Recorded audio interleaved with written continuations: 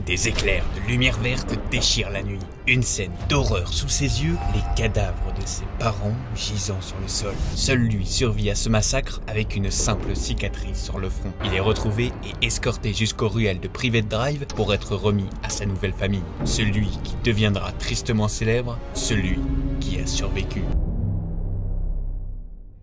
11 ans après son tragique début de vie, Harry Potter est recueilli de bon cœur par son oncle Vernon et sa tante Pétunia. Il le traite avec douceur et amour, comme s'il avait toujours fait partie de leur famille. Pas du tout. Non, son oncle et sa tante le prennent pour un moins que rien et laissent son cousin Dudley le maltraiter dès qu'il en a l'occasion. En réalité, c'est comme si les Dursley n'étaient pas au courant de son histoire. Ni même Harry. Mais ce qui les énerve le plus, c'est de paraître anormaux aux yeux de leurs voisins. Et des phénomènes bizarres, il s'en passe pas mal autour d'Harry.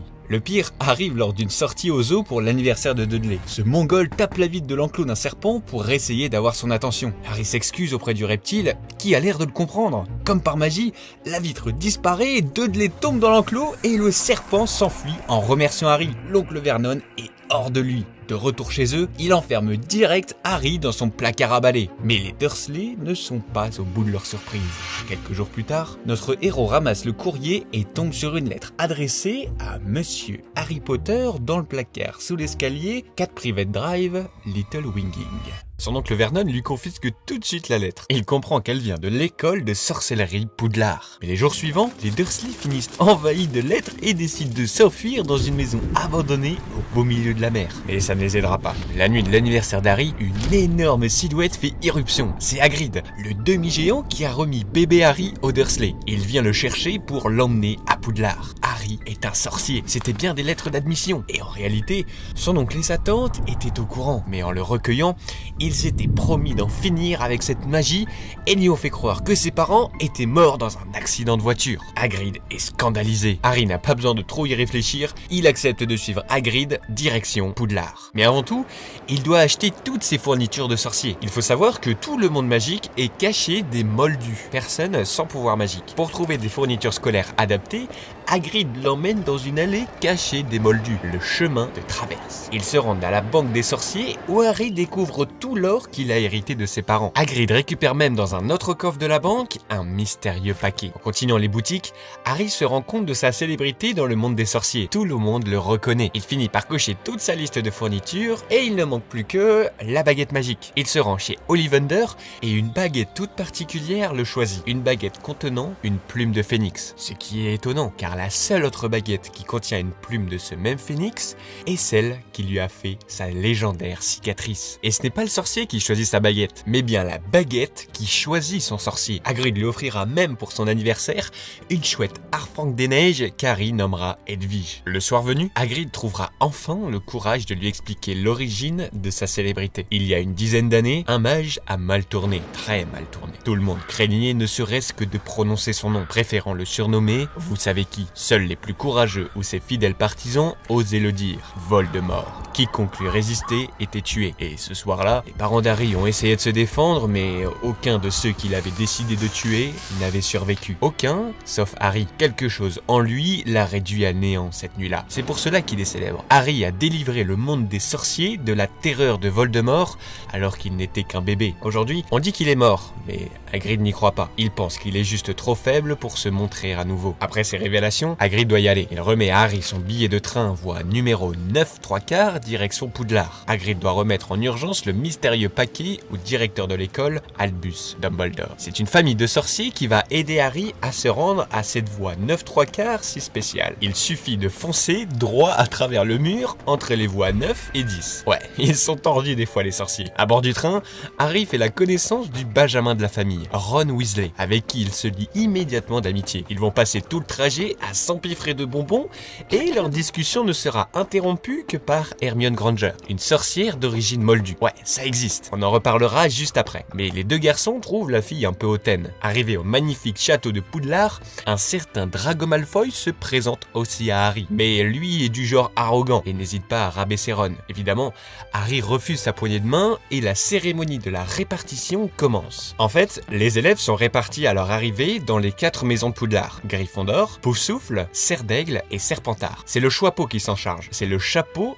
de Godric Gryffondor, l'un des 4 fondateurs de l'école. Il l'a ensorcelé et nommé le Choixpeau pour qu'il fasse la répartition des futurs élèves de Poudlard en fonction de leur aptitude et de leur caractère. D'ailleurs, on verra juste après l'origine de Poudlard et ses 3 autres fondateurs. Pour Harry, le Choixpeau a longuement hésité avec Serpentard, mais il accepte finalement la demande d'Harry de le placer à Gryffondor avec Ron et Hermione. Drago Malfoy, lui, a été mis à Serpentard par contre. Ils vont rapidement se détester avec Harry, tout comme avec le directeur de Serpentard, le professeur Rogue, qui s'amuse à ridiculiser notre héros en plein cours de potions avec des questions impossibles à répondre. Imaginez un peu, vous rentrez tout juste dans une école de sorcellerie et on vous demande qu'obtient-on en mélangeant de la racine d'Asmodèle en poudre à une infusion d'armoise. On sait pas, hein. Mais on verra plus tard dans la vidéo que ces questions cachaient un double sens dingue. Le soir d'Halloween, après leur premier cours de sortilège, Ron se moque méchamment d'Hermione, qui est toujours plus brillante que lui. Elle part se cacher dans les toilettes des filles pour pleurer, mais au même moment, un troll des montagnes s'introduit dans le château. Hermione tombe nez à nez avec le monstre. Les 2 garçons partent à son secours et parviennent à l'assommer in extremis. Il s'excuse auprès d'Hermione et c'est à partir de cet événement que le trio devient inséparable. Ensemble, ils vont même tomber sur un autre monstre au 3e étage interdit par Dumbledore. Un énorme chien à 3 têtes. Bon, lui pour le coup, il a l'air imbattable. Et surtout, il a l'air de protéger une trappe. Mais je ne vous ai pas encore parlé d'un truc hyper important à Poudlard. Le sport magique le plus connu du monde des sorciers, le Quidditch. Et oui, alors que Malfoy s'amuse à lancer un objet de leur camarade Neville, Harry découvre ses talents hérités de son père pendant leur premier cours de vol. Il fonce à toute allure pour le récupérer. Le professeur McGonagall, la directrice de sa maison, va le repérer et le nommer attrapeur de l'équipe de Quidditch de Gryffondor. C'est inédit pour son âge. Ce n'est arrivé à personne d'autre en un siècle. Elle lui offrira même un Nimbus 2000 pour l'occasion, le balai le plus rapide du monde. Mais du coup, c'est quoi le Quidditch? Alors c'est très simple, chaque équipe a 7 joueurs, 3 poursuiveurs, 2 batteurs, un gardien et un attrapeur. Et il y a 3 sortes de balles. Le soif que les poursuiveurs se passent pour essayer de marquer à travers l'un des 3 cercles adverses. Ensuite, il y a les cognards. Il y en a 2 par match et leur but c'est de cogner les joueurs adverses. Ça peut être très violent, ouais. Mais les batteurs sont là pour dévier les trajectoires des cognards et protéger leurs coéquipiers. Mais Harry, lui, c'est un attrapeur. Son seul but, c'est d'attraper la dernière balle, le vif d'or. Elle va si vite qu'il est presque impossible de la voir. Mais si un but classique avec le soif le donne 10 points, réussir à attraper le vif d'or fait gagner 150 points d'un coup. C'est d'ailleurs le seul moyen de mettre fin au match. Il faut bien anticiper son coup, mais généralement, c'est la victoire assurée. Et justement, durant son premier match, Harry arrive à l'attraper, mais c'est -1. Rogue tentait de faire tomber Harry de son balai en murmurant des formules magiques. Heureusement, Hermione l'a sauvé en enflammant la cape de Rogue. Notre trio en parle vite à Hagrid, mais surtout, ils font le lien entre une blessure à la jambe de Rogue, le chien à 3 têtes et cette tentative de meurtre. Ils sont certains que Rogue veut voler ce qui se cache sous la trappe. Hagrid leur dit que ça ne les regarde pas. Il dévoile malgré lui que le chien renferme un secret qui ne regarde que Dumbledore et Nicolas Flamel. Eh ben, merci Hagrid de faire avancer le scénario si rapidement. Le matin de Noël, Harry reçoit pour la première fois des cadeaux. Et pas des moindres. L'un d'eux est une cape d'invisibilité. Elle appartenait à son papa. Et il ne perd pas une seconde pour l'essayer. Il va chercher dans la réserve interdite de la bibliothèque de l'école des infos sur ce fameux Nicolas Flamel. Mais il ne trouve rien d'intéressant. Ce n'est qu'au retour de vacances d'Hermione que le trio apprend que Nicolas Flamel est un célèbre alchimiste. Le seul à avoir créé la pierre philosophale. Elle produit l'élixir de longue vie qui rend immortel celui qui le boit. Maintenant, ils en sont certains. C'est ça que protège le chien à 3 têtes au 3e étage. Le trio fonce voir Hagrid pour leur annoncer leur découverte. Mais ils se font interrompre par son œuf de dragon qui se met à éclore.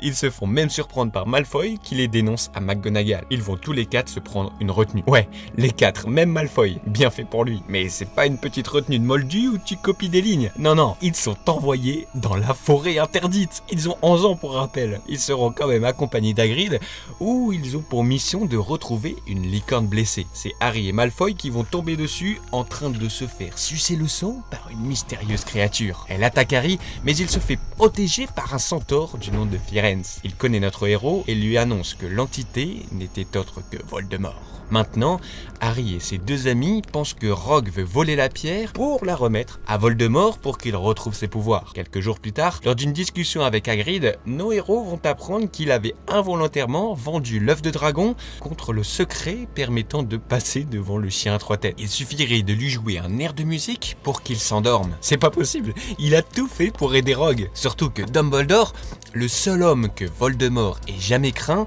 est en mission hors de Poudlard. Ils craignent que c'est ce soir que tout va se jouer. Et ils ont raison, le soir même, ils retrouvent le chien à trois têtes déjà endormi par une harpe ensorcelée. Rogue les a devancés. Après des racines étrangleuses et des centaines de clés volants qui leur fonçaient dessus, nos héros arrivent devant la dernière épreuve qui protège la pierre. Un jeu d'échecs magique géant. Ils sont obligés de gagner la partie s'ils veulent passer. C'est hyper violent. Bon, après, je comprends toujours pas pourquoi ils sont mis à la place des pions et ne donnaient pas les ordres à l'abri. Mais bon, comme ça, Harry peut continuer tout seul en bon héros pendant qu'Hermione s'occupe d'un Ron assommé. La prochaine salle dévoile le professeur Quirrell, leur professeur de défense contre les forces du mal. C'était lui qui aidait Voldemort, pas Rogue. Rogue ne tentait que de protéger Harry. Voldemort vit comme un parasite dans le corps de Quirrell. Il veut voler la pierre philosophale pour retrouver ses forces. Pierre qui apparaît dans la poche d'Harry. Quirrell s'en rend compte et tente de le tuer pour s'en emparer. Mais au contact d'Harry, Quirrell brûle. Harry le réduit en cendres, mais l'esprit de Voldemort lui fonce au travers en prenant la fuite. Harry s'évanouit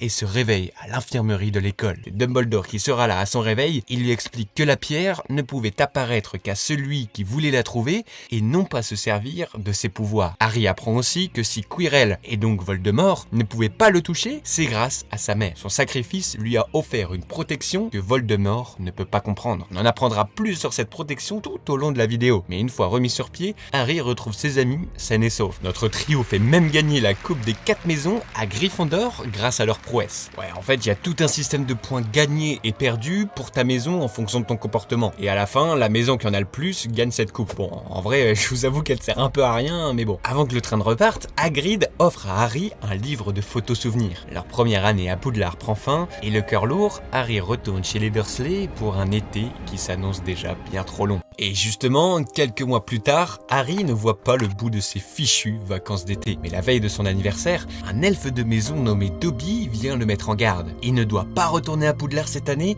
car un énorme danger l'attend là-bas. Harry ne veut pas l'écouter, c'est là-bas sa vraie maison. Mais Dobby lui force la main en utilisant la magie devant les Dursley. Ça crée bien des ennuis à Harry, et son oncle Vernon l'emprisonne pour qu'il ne retourne plus jamais à Poudlard. Et le soir, Harry est réveillé par une voiture volante. C'est Ron et ses frères qui viennent le sauver. Il passe le reste des vacances au terrier, la maison des Weasley. Il va faire la rencontre de la petite dernière, Ginny. Elle va faire sa rentrée en première année à Poudlard, mais elle est toute gênée devant Harry. Elle est amoureuse. Alors qu'ils partaient acheter leur fourniture pour la rentrée avec une technique de téléportation magique, Harry finit par erreur dans l'inquiétante boutique de Barjo et Burke, dans l'allée des embrumes. Hagrid, qui passait dans le coin, le ramène en sécurité au chemin de traverse. Harry retrouve Hermione et les Weasley, où il découvre le célèbre écrivain Gilderoy Lockhart. Tous les livres de cette année viennent de lui, mais en essayant de sortir de la boutique, nos héros sont malmenés par Drago et son père Lucius Malfoy. Ils critiquent Hermione à cause de ses parents moldus et aussi Ron et Ginny qui ne peuvent s'offrir que des livres d'occasion pour la rentrée. Il rend les livres de Ginny et tout le monde s'en va. Il ne faudrait pas rater le Poudlard Express. Tous les Weasley traversent le mur entre la voie 9 et 10, autour de Ron et Harry. Et bang! Le passage est bloqué. Ils ont raté le départ du train. Il leur vient alors l'idée folle d'utiliser la voiture volante. Ils arrivent tant bien que mal à rattraper le train et atterrissent dans les branches du Solcogneur, un arbre de l'école pas très accueillant qui défonce la voiture et la baguette de Ron. La voiture en a marre, elle éjecte nos deux héros et elle s'en va dans la forêt. Ils vont se faire gronder bien comme il faut par Rogue, Dumbledore et McGonagall. Ils vont recevoir une retenue et Ron aura aussi une beuglante de sa mère. Une lettre horrible qui prend sa voix pour le disputer devant tout le monde. Bon, ça y est, ils peuvent enfin commencer leur première journée de cours. Et pas des moindres. confondre, c'est avec le fameux Gilderoy Lockhart. Mais à part avoir un énorme ego et perdre le contrôle du cours en libérant de vulgaires lutins de Cornouailles, il a pas l'air bien compétent. Peu après, nos héros sont une nouvelle fois embêtés par Drago Malfoy. Son père a acheté les balais dernier cri Nimbus 2001 à toute son équipe de Serpentards. Hermione les traite grosso modo de pay to win et Drago l'insulte de sang de bourbe. Ron veut le faire payer, mais son sort de crash limace se retourne contre lui. Bah ouais, il a une baguette toute pétée. Le trio se rend chez Hagrid le temps que le sort de Ron passe. Il explique que sang de bourbe veut dire sang impur, car les parents d'Hermione sont des moldus. Certaines familles, comme les Malfoy, estiment qu'elles valent plus que des lignées qui ne sont 100% sorcières comme eux.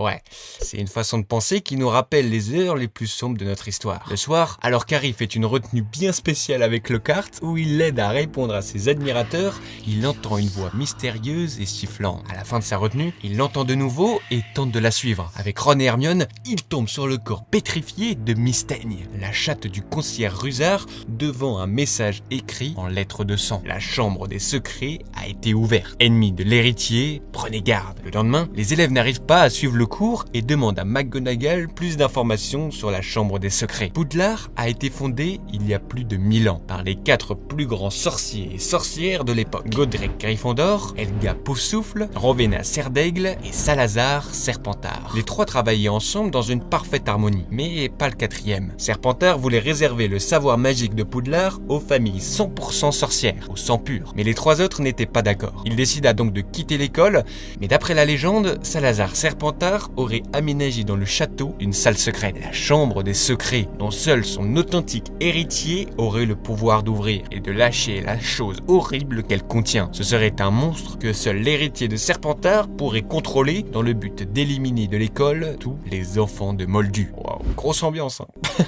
Mais McGonagall assure que le château a été fouillé de nombreuses fois et qu'aucune chambre de la sorte n'a été découverte. Nos héros, eux, pensent qu'elle existe bien et soupçonnent très vite Malfoy d'être l'héritier de Serpentard. Ah ouais, vu comment il traite les enfants de Moldus, ils veulent lui tendre un piège pour le faire avouer. Mais pour ça, ils doivent préparer du polynectar, une potion qui permet de se transformer pendant 1 heure en la personne de son choix. En prenant l'apparence de ses amis Crabbe et Goyle, ce serait parfait, mais la préparation prend 1 mois à se faire. Ils la feront dans les toilettes des filles. Personne ne pourra les embêter là-bas, car elles sont désertées à cause du fantôme de Mimi Géniard. En attendant, Gryffondor dispute un nouveau match de Quidditch contre les Serpentards. Harry est pris pour cible par un cognard fou qui ne les lâche pas. Il arrive quand même à s'emparer du vif d'or dans un duel acharné contre Drago Malfoy, le nouvel attrapeur de Serpentard. Mais une victoire amère, car Harry s'est fait casser le bras par le cognard fou. Il est obligé de passer la nuit à l'infirmerie. En plus, il se fera réveiller par la voix sifflante avant que Dobby ne le fasse sursauter. Il est encore plus inquiet pour Harry. Il avoue que c'est lui qui a bloqué le passage de la voie 9/3 et même trafiqué le cognard pour le pousser à retourner chez lui. Non mais sérieux, c'est à cause d'un vrai complot qu'Harry ne devait pas retourner à Poudlard ou juste à cause de Dobby? Harry le menace, mais Dobby disparaît. Dumbledore et McGonagall arrivent avec Colline, un enfant de Moldu pétrifié. Dumbledore affirme que les élèves courent un grand danger. La chambre des secrets a bel et bien été ouverte de nouveau. Avec ces sombres événements à Poudlard, Lockhart ouvre, avec l'accord de Dumbledore et l'aide de Rogue, un club de duel pour entraîner les élèves à se battre. Il désigne Harry et Malfoy pour faire un premier entraînement, mais c'est un véritable duel qui commence. Malfoy fait apparaître un serpent sur le terrain. Seulement, Harry se met à lui parler dans une langue très étrange, une langue sifflée, comme pour contrôler le serpent. Rogue est confus et réduit vite le serpent en cendres avant que ça ne tourne mal. Harry est un fourche-langue. C'est un don très rare. Salazar Serpentard était connu pour le parler. Maintenant, tout le monde va croire que c'est Harry l'héritier de Serpentard. Surtout que peu de temps après, c'est Harry qui va tomber sur un nouveau corps pétrifié. Il est de plus en plus suspect. McGonagall l'envoie à Dumbledore. Il assiste dans son bureau à la combustion de Fumsec, le phénix dit directeur. Mais il va renaître de ses cendres. Et Dumbledore lui explique que les phénix ont même des larmes au grand pouvoir de guérison et peuvent porter des charges très lourdes. Et il libère Harry. Il le sait innocent. La neige s'installe à Poudlard tandis qu'Hermione annonce qu'elle a fini la préparation du polynectar. Nos héros boivent la potion et partent interroger Drago. Sous l'apparence de Crabbe et Goyle, ils retrouvent Malfoy et parviennent à l'interroger sur la chambre des secrets. Bon, c'est pas lui l'héritier de Serpentard, mais ils apprennent que la chambre a bien été ouverte il y a 50 ans, même qu'une enfant de Moldu avait été tuée. Plus tard, Harry tombe sur un mystérieux journal intime qui a été jeté sur Mimi Géniard. Il appartient à un certain Tom Elvis Jedusor, qui le possédait il y a 50 ans. Il part l'examiner au calme, mais toutes les pages sont vierges. Il parvient tout de même à entrer en conversation avec Tom en écrivant dans le journal. Le livre aspire Harry, il est plongé dans le Poudlard d'il y a 50 ans. Tom lui montre que le monstre qui s'attaque aux élèves n'est autre qu'une araignée géante d'Hagrid. Jedusor l'a dénoncé et l'a fait renvoyer. Harry est choqué. Dès le lendemain, il révèle tout à Ron et Hermione. Mais le trio a du mal à voir Hagrid, gentil comme il est, lâcher une araignée géante sur des enfants de Moldu. Ils se font sortir de leurs pensées par Neville. Le dortoir a été saccagé et le journal de Tom Jedusor a été volé. Et nos héros vont être encore plus mis à l'épreuve. Quelques jours plus tard, le professeur McGonagall apprend à Harry et Ron qu'Hermione a à son tour été retrouvée pétrifiée. Un couvre-feu est mis en place, mais les deux garçons sont décidés. Ils ressortent la cape d'invisibilité pour interroger Hagrid. Mais à peine sont-ils arrivés que de nouvelles personnes toquent à sa cabane. Dumbledore entre en compagnie du ministre de la magie, Cornelius Fudge. Il vient arrêter Hagrid. Bien qu'il n'ait pas encore de preuves, son passé ne joue pas en sa faveur. Et comme si ça ne suffisait pas, Lucius Malfoy débarque à son tour avec une lettre du conseil d'administration. Dumbledore est suspendu de ses fonctions de directeur. Aïe aïe aïe aïe aïe.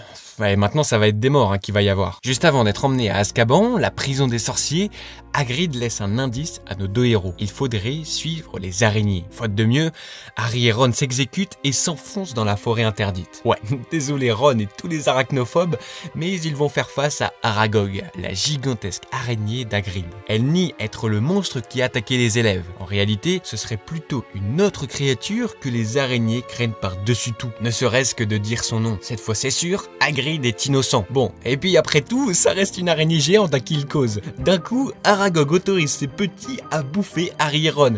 Ils prennent la fuite et sont sauvés juste à temps par la voiture des Weasley. Bon, je vous épargne toute cette séquence d'horreur si vous n'aimez pas les araignées. Tout le monde s'en portera mieux. En tout cas, sachez qu'ils en sortent indemnes. Le lendemain, alors qu'il rend des visites à Hermione, Harry trouve dans sa main une page arrachée. Hermione avait compris qui était le monstre. C'est un basilic, un serpent gigantesque pouvant vivre des centaines d'années. Il tue en un regard et les araignées s'enfuient devant lui. Tout colle. C'est pour ça qu'Harry l'entend murmurer. Ils en déduisent même les pétrifications. Les victimes ont tous croisé son regard à travers quelque chose. Un appareil photo, un fantôme, un miroir et le reflet de l'eau. Mais aussi le meurtre d'il y a 50 ans dans les toilettes des filles. Elle pourrait encore y être. C'est Mimi Géniard. Ils foncent la voir mais sont arrêtés en chemin par des professeurs. Il y a un nouveau message au mur. Son squelette reposera à tout jamais dans la chambre. Cette fois-ci, c'est un enlèvement, et pas de n'importe qui. Ginny Weasley, la sœur de Ron. Alors que la fermeture de l'école va tomber d'une minute à l'autre, nos héros partent prévenir Lockhart. Les professeurs l'ont invité à retrouver et sauver Ginny. Mais cet imposteur est en réalité un vrai trouillard. Il était en train de faire ses valises pour s'enfuir. Harry et Ron le forcent à venir avec eux. Ils arrivent aux toilettes des filles, Harry pose à Mimi Géniard une question peu habituelle. Comment es-tu morte? Elle explique que ça s'est passé juste ici. Elle se cachait des moqueries de ses camarades, et d'un coup, quelqu'un est entré. Quelqu'un s'est mis à parler avec des mots bizarres. Une voix de garçon. Elle s'est levée pour aller lui dire de ficher le camp et d'un coup, elle est morte. Elle n'a que le souvenir d'avoir vu deux grands yeux jaunes. C'est le basilic. Harry comprend que l'entrée de la chambre des secrets est ici. Il tente quelque chose en fourche-langue et ça marche. Ron et lui sautent avec Lockhart, mais ce filou simule un évanouissement pour voler la baguette de Ron et effacer leur mémoire. Mais bon, c'est la baguette cassée de Ron,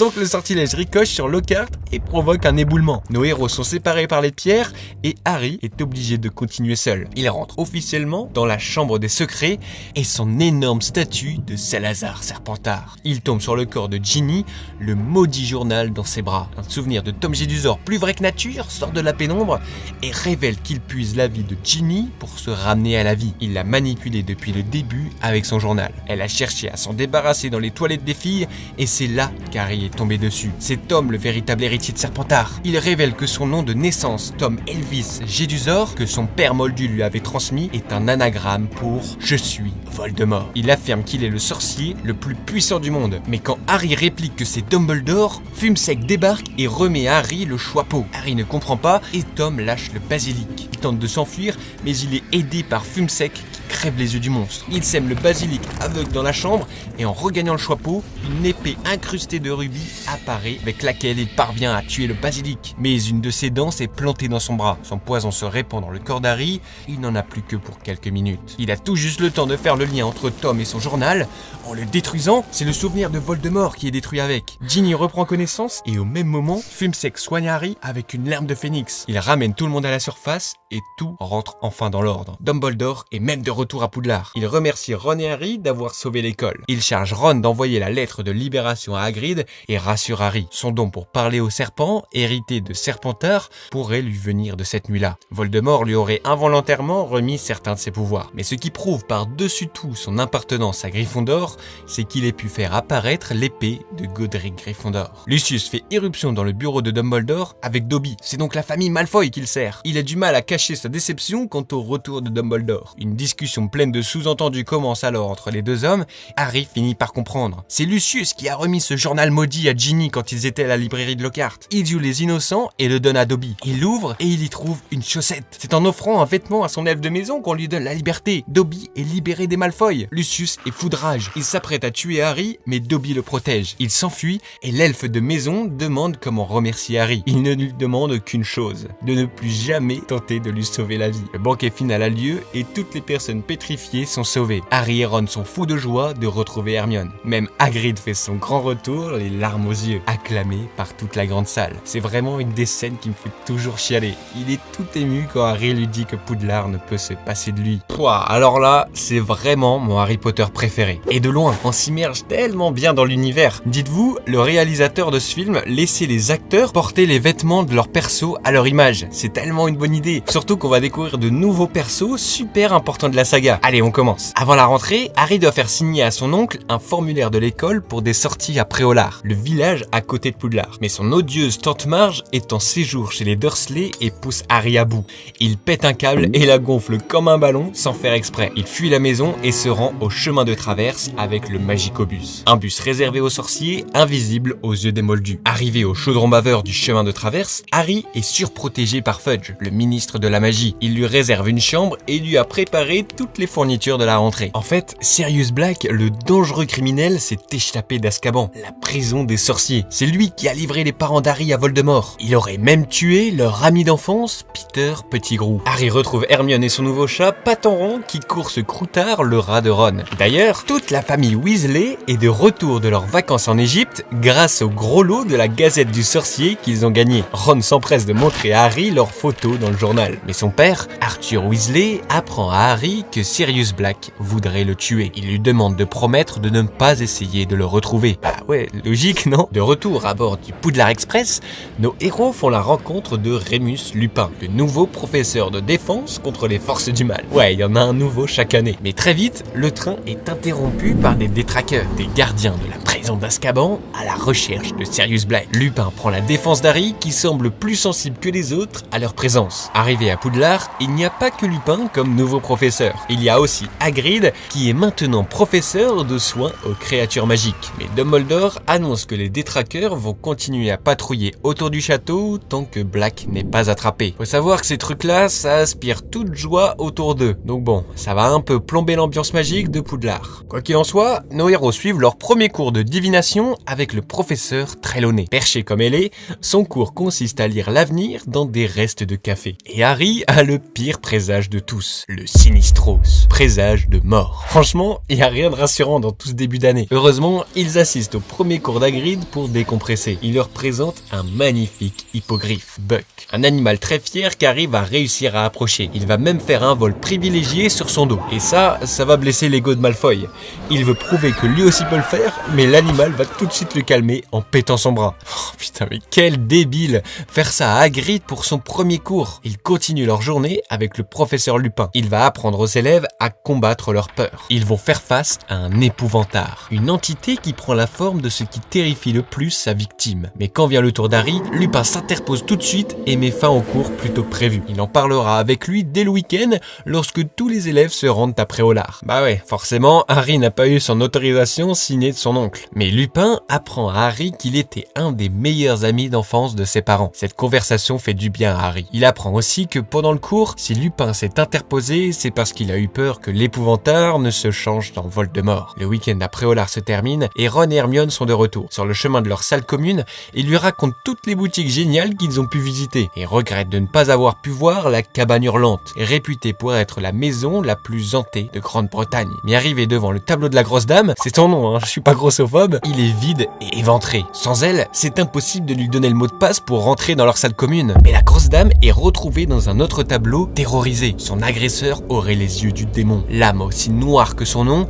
Sirius Black était là. Dumbledore ordonne de faire dormir tout le monde dans la grande salle. Les professeurs passent la nuit entière à fouiller le château, mais rien. Le lendemain, lors d'un match de Quidditch contre Poufsouffle, Harry est à nouveau la cible des détraqueurs. Il tombe de son balai et son légendaire Nimbus 2000 est retrouvé en 1000 morceaux. Après une nouvelle discussion avec Lupin, il accepte de donner des cours particuliers à Harry pour se défendre contre les détraqueurs. Mais une fois les vacances de Noël terminées, car pour l'instant, il doit se reposer. Une nouvelle sortie à Préolard est organisée et les jumeaux Fred et George Weasley offrent à Harry la carte du maraudeur pour l'aider à s'y rendre sans autorisation. Elle permet de suivre en temps réel les positions de chaque personne dans l'enceinte du château, mais surtout tous ses passages secrets. Une fois arrivé au village, il surprend une réunion secrète entre Fudge, McGonagall et une aubergiste. Il va apprendre la glaçante vérité sur Sirius Black. Lorsque les parents d'Harry se savaient voués à mourir, seuls leurs amis les plus proches, dont Sirius Black, savaient où il se cachait. C'est lui qui les a dénoncés à vous savez qui. Mais en plus, il a tué Peter Pettigrew, un garçon empoté qui était aussi dans leur bande. Il était parti à la recherche de Black juste après l'assassinat des Potter. Sirius Black l'aurait détruit. Seul un doigt aurait été retrouvé de tout le cadavre de Pettigrew. La mort des parents d'Harry est à cause de Black. Et maintenant, il veut finir ce qu'il a commencé. Mais le pire, c'est que Sirius Black était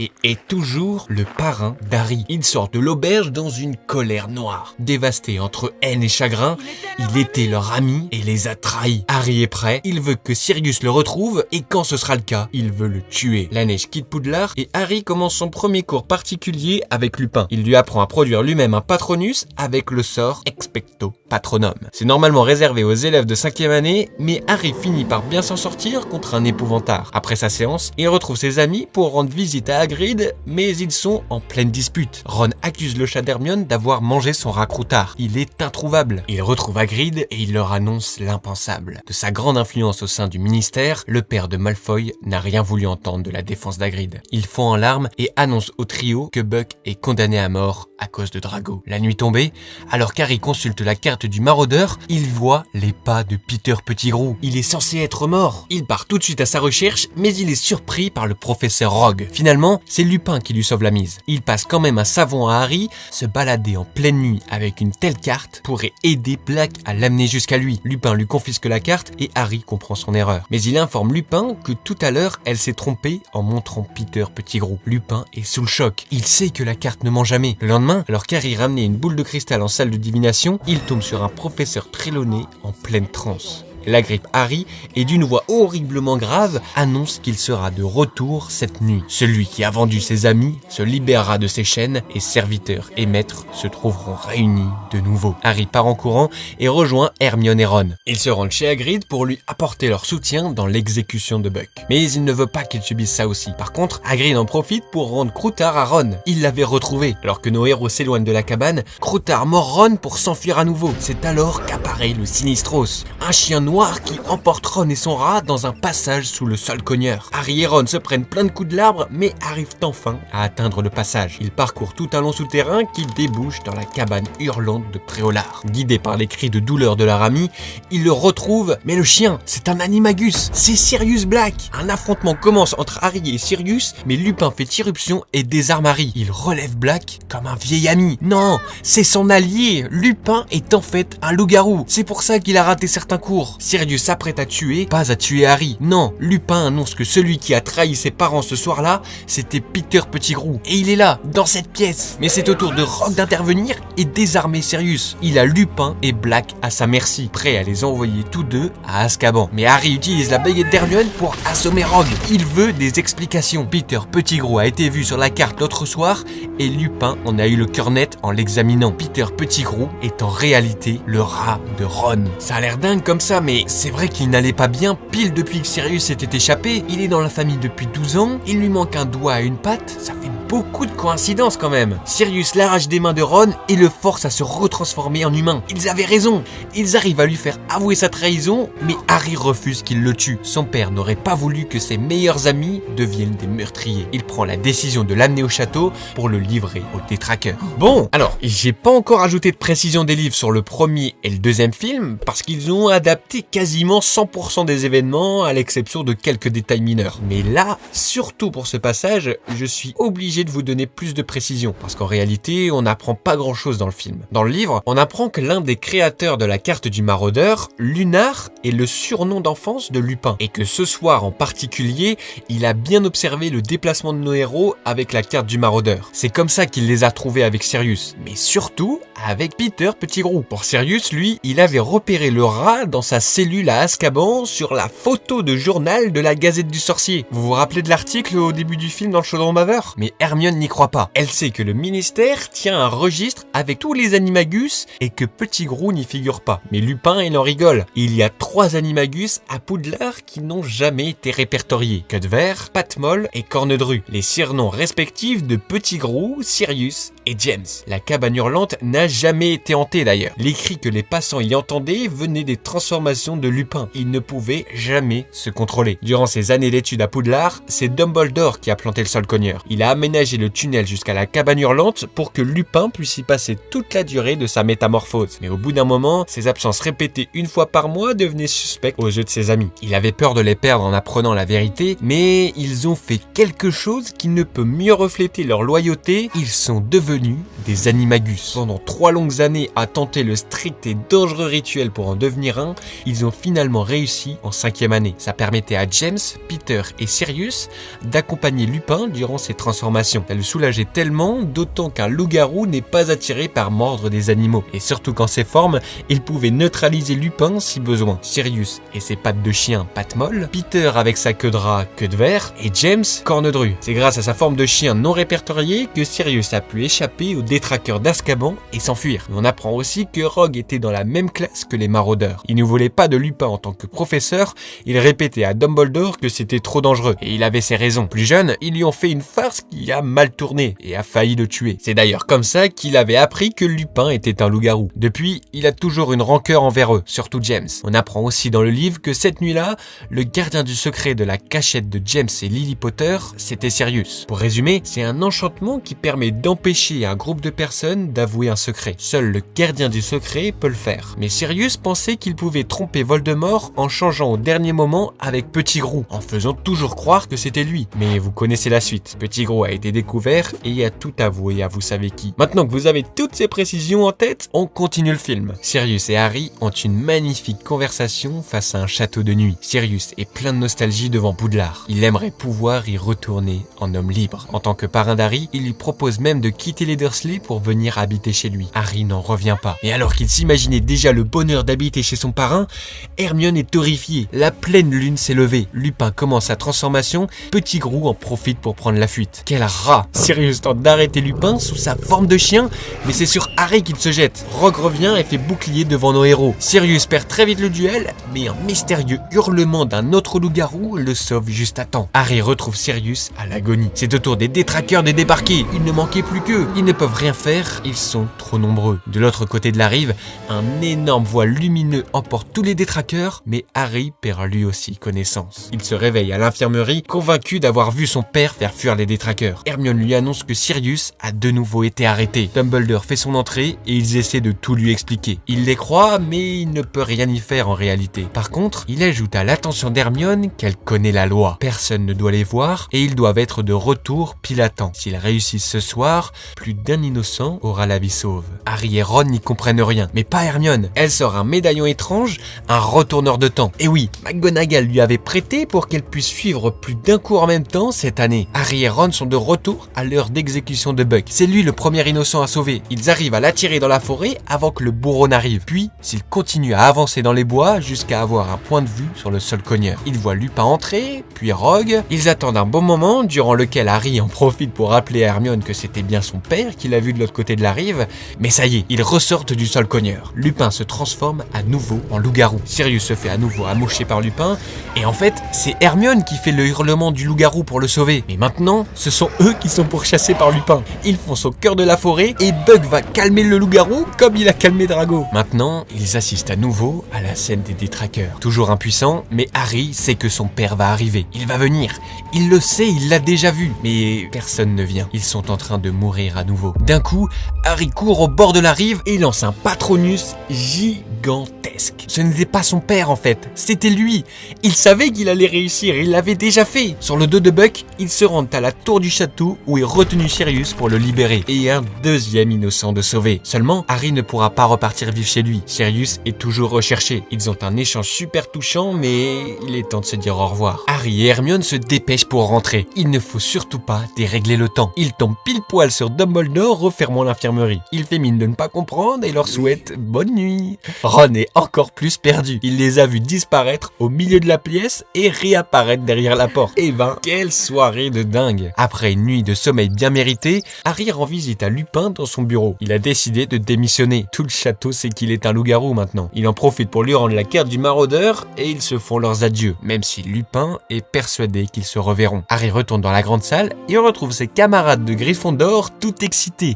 Il a reçu un éclair de feu, le balai le plus rapide du monde. Le cadeau est anonyme, mais bizarrement, il contenait une plume de Buck. Il part tout de suite l'essayer et décolle à une vitesse ahurissante. Bon, par contre, le 4, c'est vraiment celui que j'aime le moins. Pour le coup, je ressens plus trop l'ambiance de ce qui me faisait adorer Harry Potter. Par contre, quand je l'ai écouté en livre audio, mon Dieu, quel kiff! C'est l'un de mes préférés en livre, paradoxalement. Mais bon, ce qui est sûr, c'est qu'il marque un changement terrible pour la suite des aventures d'Harry Potter. Il a maintenant 14 ans d'ailleurs, en plein dans l'âge ingrat. Regardez-moi ses coupes de cheveux, ils ressemblent tous à rien. Mais il est surtout tourmenté par des cauchemars qui s'avèrent être une connexion où il voit ce que fait Voldemort. Il assiste impuissant au meurtre d'un vieil homme moldu par le mage noir, accompagné d'un fidèle et de Peter Pettigrew. Ils ont l'air de manigancer un sale coup. Harry se réveille en sursaut, il est au terrier avec les Weasley. Ils partent pour assister à la finale de la Coupe du Monde de Quidditch. Ils s'y rendent même avec un ami d'Arthur Weasley, Amos Diggory et son fils Cédric, un pauvre souffle de Poudlard. L'ambiance est folle, les spectateurs des 4 coins du monde sont impatients de voir le jeune bulgare Viktor Krum mettre une raclée aux Irlandais. On a trop hâte de voir le match, mais on voit rien à part leur entrée dans le stade. On dirait qu'ils avaient pas trop les moyens de tout mettre, c'est trop décevant. Alors qu'ils allaient s'endormir après le match, les milliers de campements des spectateurs dont Harry et ses amis se font attaquer par les fidèles de Voldemort. Les mange-morts, un attentat a lieu, tout prend feu, c'est la panique générale. Même la marque des ténèbres est lancée dans le ciel par un inconnu. C'est le symbole de la revendication de l'attaque par Lord Voldemort. On ne l'avait plus vu depuis plus de 14 ans. Nos 3 héros retournent à Poudlard après ces vacances mouvementées. Ils apprennent que cette 4e année sera marquée par le retour du tournoi des 3 sorciers à Poudlard. Un tournoi qui oppose le meilleur sorcier des écoles de sorcellerie les plus prestigieuses d'Europe. Poudlard, Beauxbaton et Durmstrang. Mais bizarrement, au lieu des 3 candidats habituels, la Coupe de Feu choisit un 4e participant, Harry Potter. Pourtant, l'épreuve est réservée aux élèves de 17 ans et il jure n'avoir pas mis son nom dans la coupe. Ah ouais, je veux bien le croire. Qui voudrait faire face aux terribles épreuves du tournoi des 3 sorciers à seulement 14 ans? Mais Ron lui non plus le croit pas. Il le traite carrément de menteur. Leur amitié est mise à rude épreuve. Mais les règles de ce tournoi sont aussi importantes que la loi elle-même. Harry est contraint de suivre les épreuves au même titre que Cédric Diggory, champion de Poudlard, Fleur de la Cour, championne de Beauxbaton et Viktor Krum, champion de Durmstrang. Toutes les écoles sont contre Harry. Il sera traité de menteur comme s'il cherchait encore plus de célébrité et de gloire en remportant le tournoi et sa quantité d'or alléchante. Bon les gars, je crois que vous faites pas trop d'efforts parce que bon, on sait qu'Harry il a déjà tout ça quoi. Donc pourquoi il risquerait autant sa vie? La menace de Voldemort lui suffit je crois.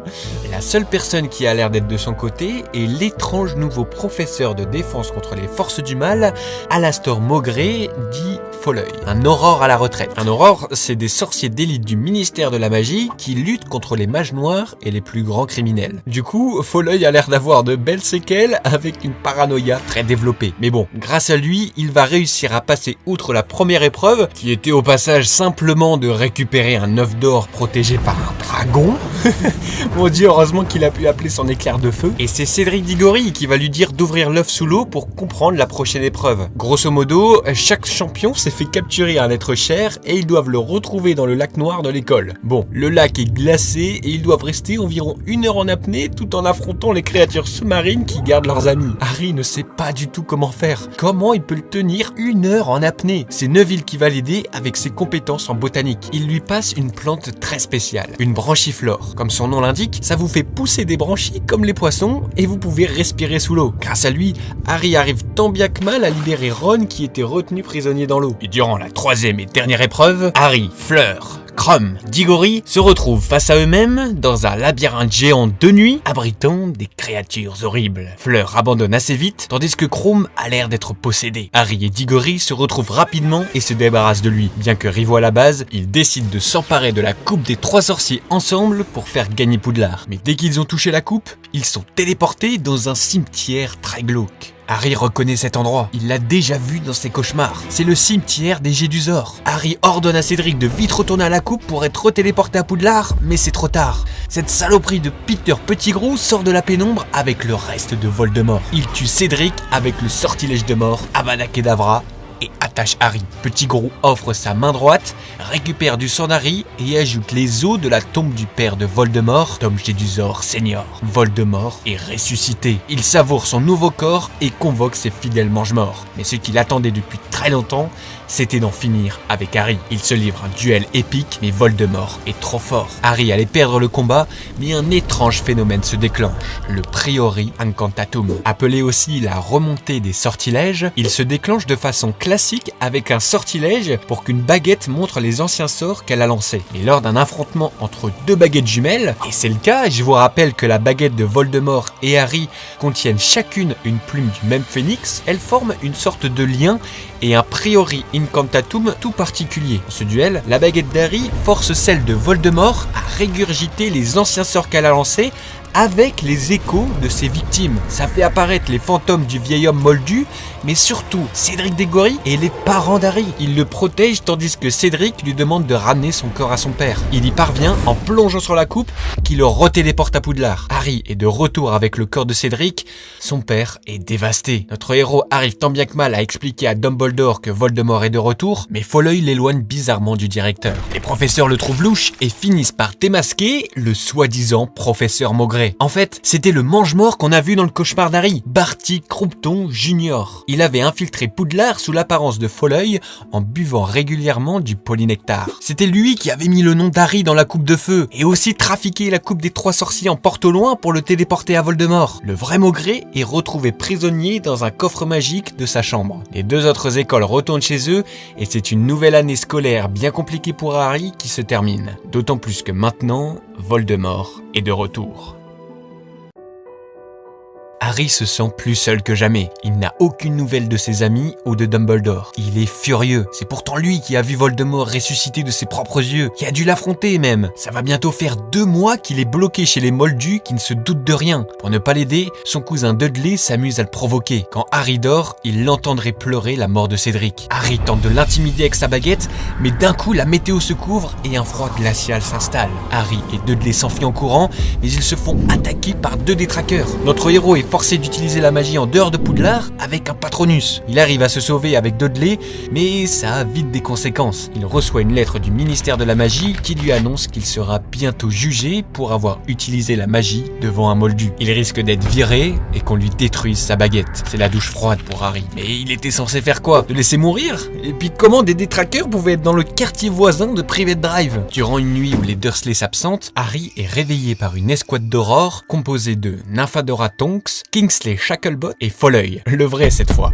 Ils viennent l'escorter en toute sécurité pour qu'il ait réponse à ses questions. Ils l'emmènent jusqu'au QG de l'Ordre du Phénix. En réalité, c'est la maison de son parrain Sirius Black qu'il retrouve là-bas avec Ron et Hermione, mais aussi d'autres membres de l'Ordre, comme Lupin, les parents de Ron, mais aussi Rogue. Il ne reste que pour les réunions, mais il en fait bien partie. En fait, l'Ordre du Phénix a été fondé par Albus Dumbledore à l'époque de la première guerre contre Voldemort, et il a à nouveau été réuni réunis depuis cet été. C'est pour ça qu'il ne pouvait pas prendre le risque de tout expliquer à Harry par hibou. C'est une organisation secrète. Faut savoir qu'Harry et l'Ordre sont quasiment les seuls à croire au retour de vous savez qui. Ouais, le ministère de la magie fait passer Dumbledore et notre héros pour des menteurs avides de reconnaissance dans la Gazette du Sorcier. Mais en réalité, ça cache surtout une peur bleue de Fudge à admettre le retour de Voldemort. Harry apprend de Sirius que vous savez qui chercherait une arme. Une arme qu'il n'avait pas la dernière fois. Mais la mère de Ron l'empêche de lui en dire plus. C'est encore un enfant. Elle ironise qu'ils n'ont qu'à le faire rentrer directement dans l'Ordre si c'est comme ça. Mais Harry est chaud, il veut se battre lui aussi. Mais bon, c'est trop risqué d'accepter évidemment. Le lendemain, Harry se rend à son audience. Alors qu'il se voyait déjà viré de Poudlard, Dumbledore sort de nulle part pour prendre sa défense. Le coup monté de Fudge tombe à l'eau et les contraint d'acquitter Harry. C'était une vieille pie du nom de Dolores Ombrage, fidèle secrétaire de Fudge, qui avait eu l'idée d'envoyer les détraqueurs. Ça forçait Harry à utiliser la magie pour le discréditer encore plus aux yeux de la presse et le virer de Poudlard. Mais bon, merci Dumbledore, il est sorti d'affaire.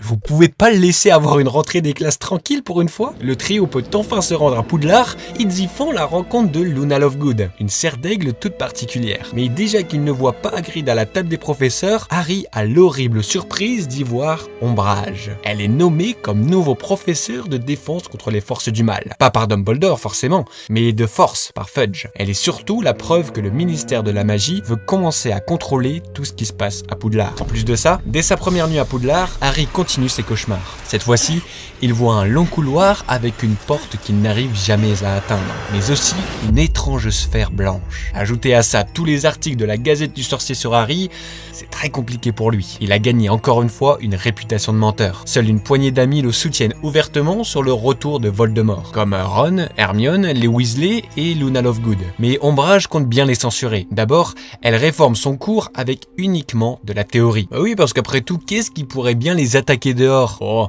Voldemort à tout hasard? Ouais, c'est exactement ce qu'a répondu Harry en plein cours. Il sera immédiatement puni par Ombrage et devra copier des lignes. Ouais, mais c'est toujours pas la punition de Moldu. Non, il doit copier des lignes avec un stylo qui puise son encre dans le sang d'Harry. Et la phrase « je ne dois pas dire de mensonge » se grave dans sa main puis se referme à chaque nouvelle ligne. C'est une grosse tarée de tortionnaire et vous n'avez encore rien vu. Harry est fou de rage que personne ne le croit. Le pire, c'est quand Finnegan, son camarade de Gryffondor depuis toujours, lui dit lui-même qu'il ne le croit pas. Une dispute éclate, mais Luna lui partage un précieux conseil. Il ne doit pas laisser Voldemort les diviser. C'est précisément ce qu'elle cherche à faire. Peu après, c'est un autre échange tendu entre McGonagall et Ombrage qui éclate. Elle pointe du doigt ses méthodes, mais Ombrage est bien décidée à reprendre les choses en main. Le ministère la nomme grande inquisitrice de l'école. Et c'est à partir de là que tout dégénère vraiment, avec des règles encore plus strictes. Grosso modo, si t'es un collabo, t'es récompensé. Tu peux dénoncer à Ombrage si des groupes d'élèves se forment,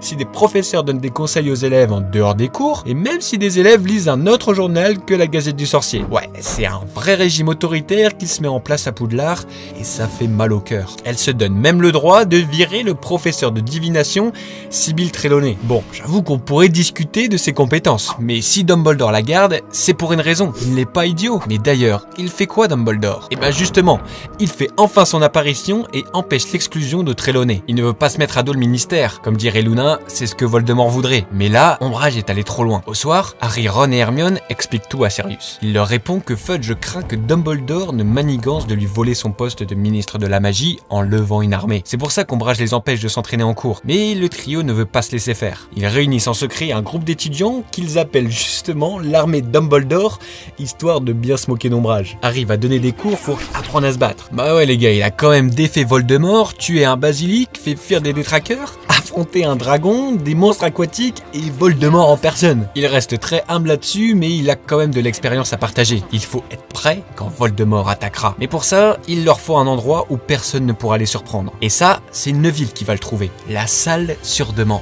Elle se cache dans le château et n'apparaît qu'à celui qui en a besoin dans la forme qu'il recherche. Dans le cas de nos héros, elle prend l'apparence d'une salle d'entraînement. Côté Ombrage, elle engage de nouveaux collabos, comme Drago et Rusard pour découvrir les manigances des élèves. Mais le soir, Harry fait un nouveau cauchemar. Il y voit Arthur Weasley attaqué par le serpent de Voldemort, Nagini. Ron l'envoie tout de suite au bureau de Dumbledore en apprenant la nouvelle. Arthur était bien de garde cette nuit et grâce à la vision d'Harry, il a pu être sauvé à temps. Mais ce lien avec Voldemort ne peut pas durer. S'il découvre qu'il peut faire voir des choses à Harry, il peut facilement le manipuler. Alors Dumbledore charge le professeur Rogue de donner des leçons d'occlumencie à Harry. Maîtriser l'occlumencie lui permettra de fermer son esprit aux visions de Voldemort, qu'elles soient voulues ou non. Mais ça a l'air très compliqué et douloureux. La neige est arrivée et notre trio va passer Noël avec le reste des Weasley au QG de l'ordre. Arthur est là pour le fêter avec eux grâce à Harry. Même Sirius est de la partie. Ils ont une belle conversation entre parrain et filleul. On apprend qu'il a fini par hériter de sa maison d'enfance et qu'il a demandé à Dumbledore d'en faire le QG de l'ordre. Et sa famille, c'était pas la plus drôle. Les Black étaient obsédés par le sang pur. À ses 16 ans, Sirius avait fugué pour habiter chez James. Il lui rappelle encore une fois à quel point il ressemble à son père. Mais Harry n'en est plus si sûr. En ce moment, il est toujours en colère contre tout le monde. Durant sa vision, il avait même le sentiment d'être le serpent qui a attaqué Arthur. Il est effrayé. Et si c'était lui qui s'était transformé en serpent sans s'en rendre compte la nuit pour attaquer Monsieur Weasley? Il a l'impression de perdre le contrôle et de devenir comme Voldemort, aussi mauvais. Mais Sirius le rassure tout de suite. Il n'est pas quelqu'un de mauvais. Il est quelqu'un de bon à qui il est arrivé de mauvaises choses. Il y a du noir et du mauvais dans chacun de nous. Mais c'est dans nos actes que nous montrons qui nous sommes vraiment. Sirius en est le parfait exemple avec ses origines familiales. Mais Hermione interrompt leur échange. Ils doivent repartir pour Poudlard. Sirius lui promet qu'une fois que tout ça sera terminé,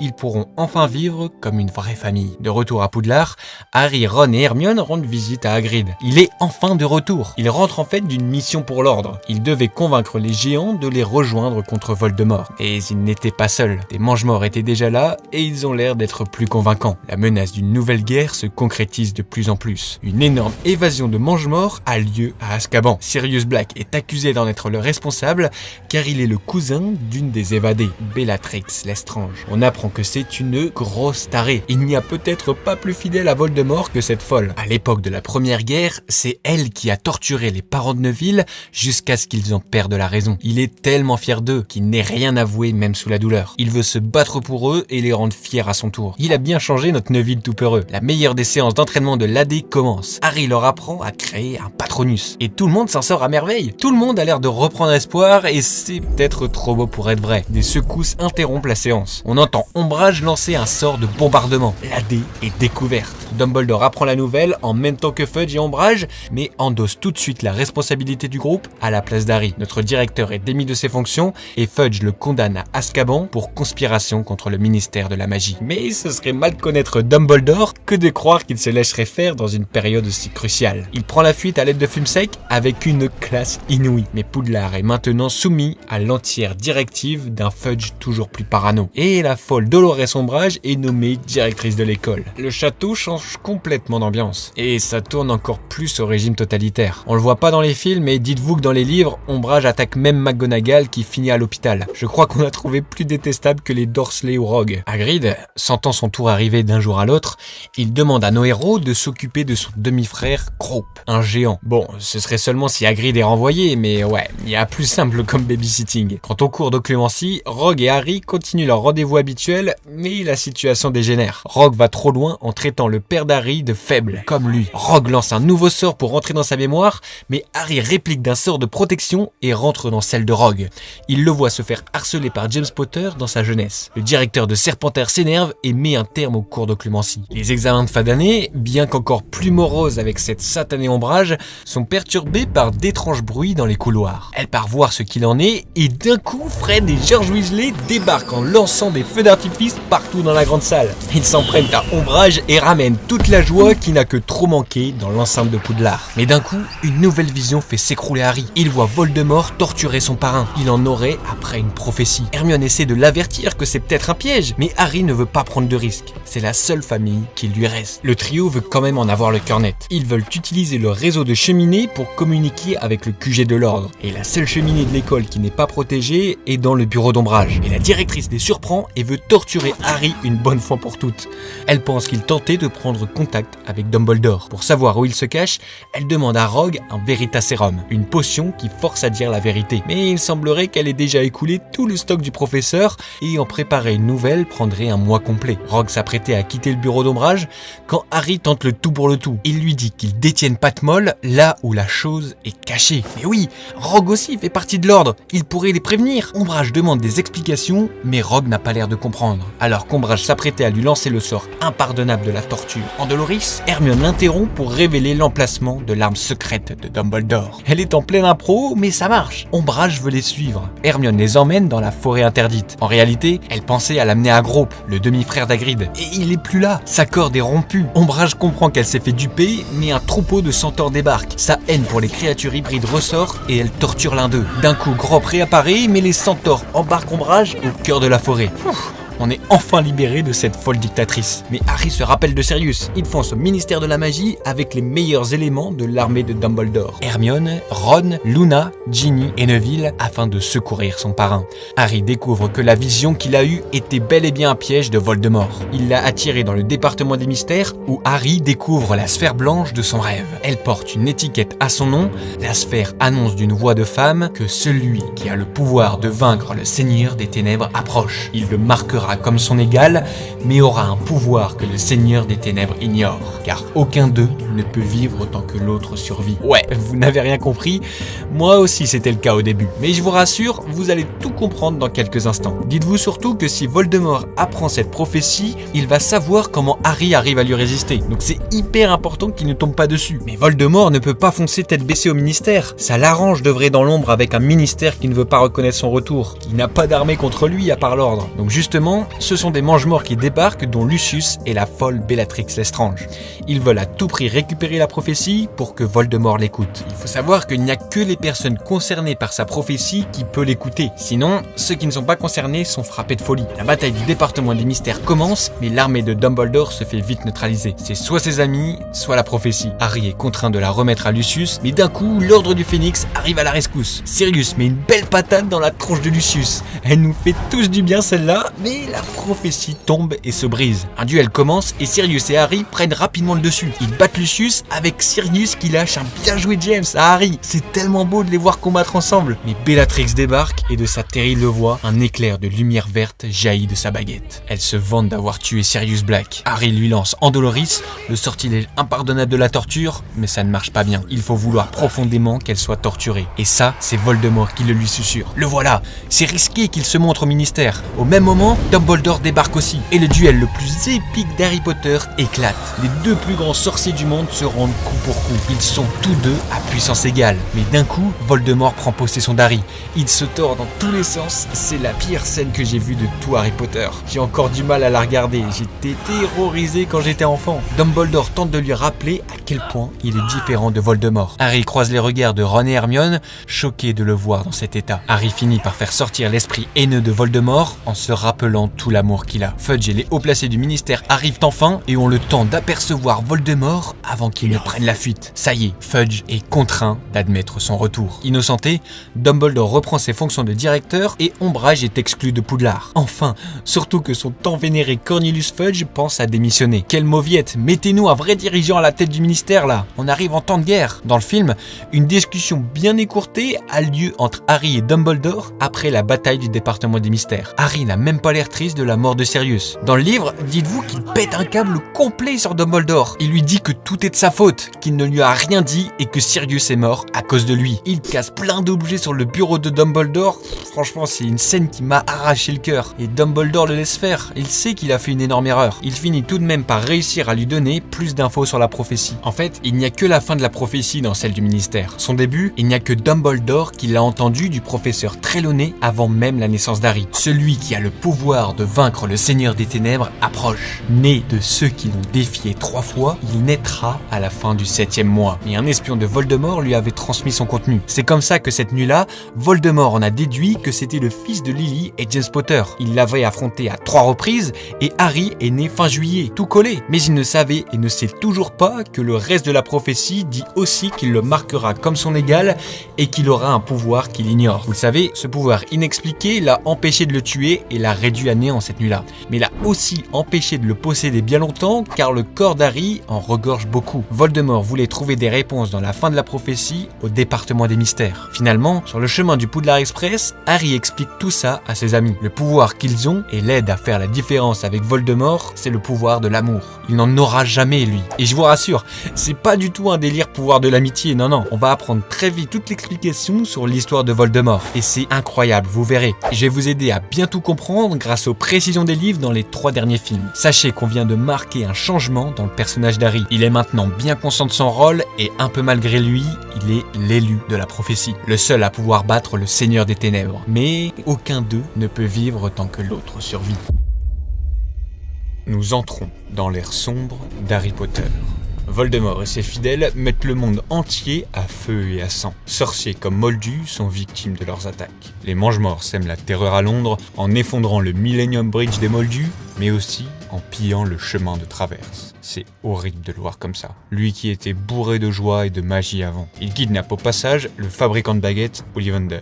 Bah ouais, Voldemort veut comprendre pourquoi il ne peut pas tuer Harry. On retrouve d'ailleurs notre héros dans une gare Moldu. Dumbledore le retrouve et lui demande son aide. Harry remarque que sa main droite est toute putréfiée. Dumbledore le remarque et lui dit qu'il lui en parlera plus tard et transplane dans un village qu'Harry ne reconnaît pas. En gros, le transplanage, c'est une capacité de téléportation que les sorciers apprennent à leur 6e année. Dumbledore veut qu'Harry l'aide à convaincre Horace Slughorn, un ancien professeur de Poudlard, de reprendre ses fonctions. C'est un vieil homme un peu gâteux qui a toujours aimé s'entourer de personnes célèbres et puissantes. Alors avec Harry, il sera charmé. Mais Slughorn est très inquiet. Il doit vivre de maison en maison pour fuir les Mange-Morts. Ils ne font que de le traquer pour tenter de le recruter. Mais ça pourrait aussi l'aider à se sentir en sécurité à Poudlard. Slughorn accepte finalement de reprendre ses fonctions de professeur de potions à la rentrée. Pour finir ses vacances d'été, Dumbledore remet Harry aux Weasley. Il retrouve Ron, Hermione, Ginny et toute la famille Weasley. Mais là, on arrive à un moment tout particulier. L'un de ceux qui doit être expliqué avec les livres pour bien comprendre. En fait, à partir du 6e épisode, on dirait que ce sont des films pensés pour les lecteurs des livres. Donc je vais vous aider à tout comprendre. Il y a Bellatrix Lestrange et sa sœur Narcissa Malfoy qui se rendent chez Rogue. Ouais, c'est la femme de Lucius et la mère de Drago. Elle a une demande qui va tout changer. Narcissa avoue que Voldemort a confié à Drago une mission très importante et elle a peur qu'il échoue. Elle le supplie de le protéger et Rogue est prêt à le faire.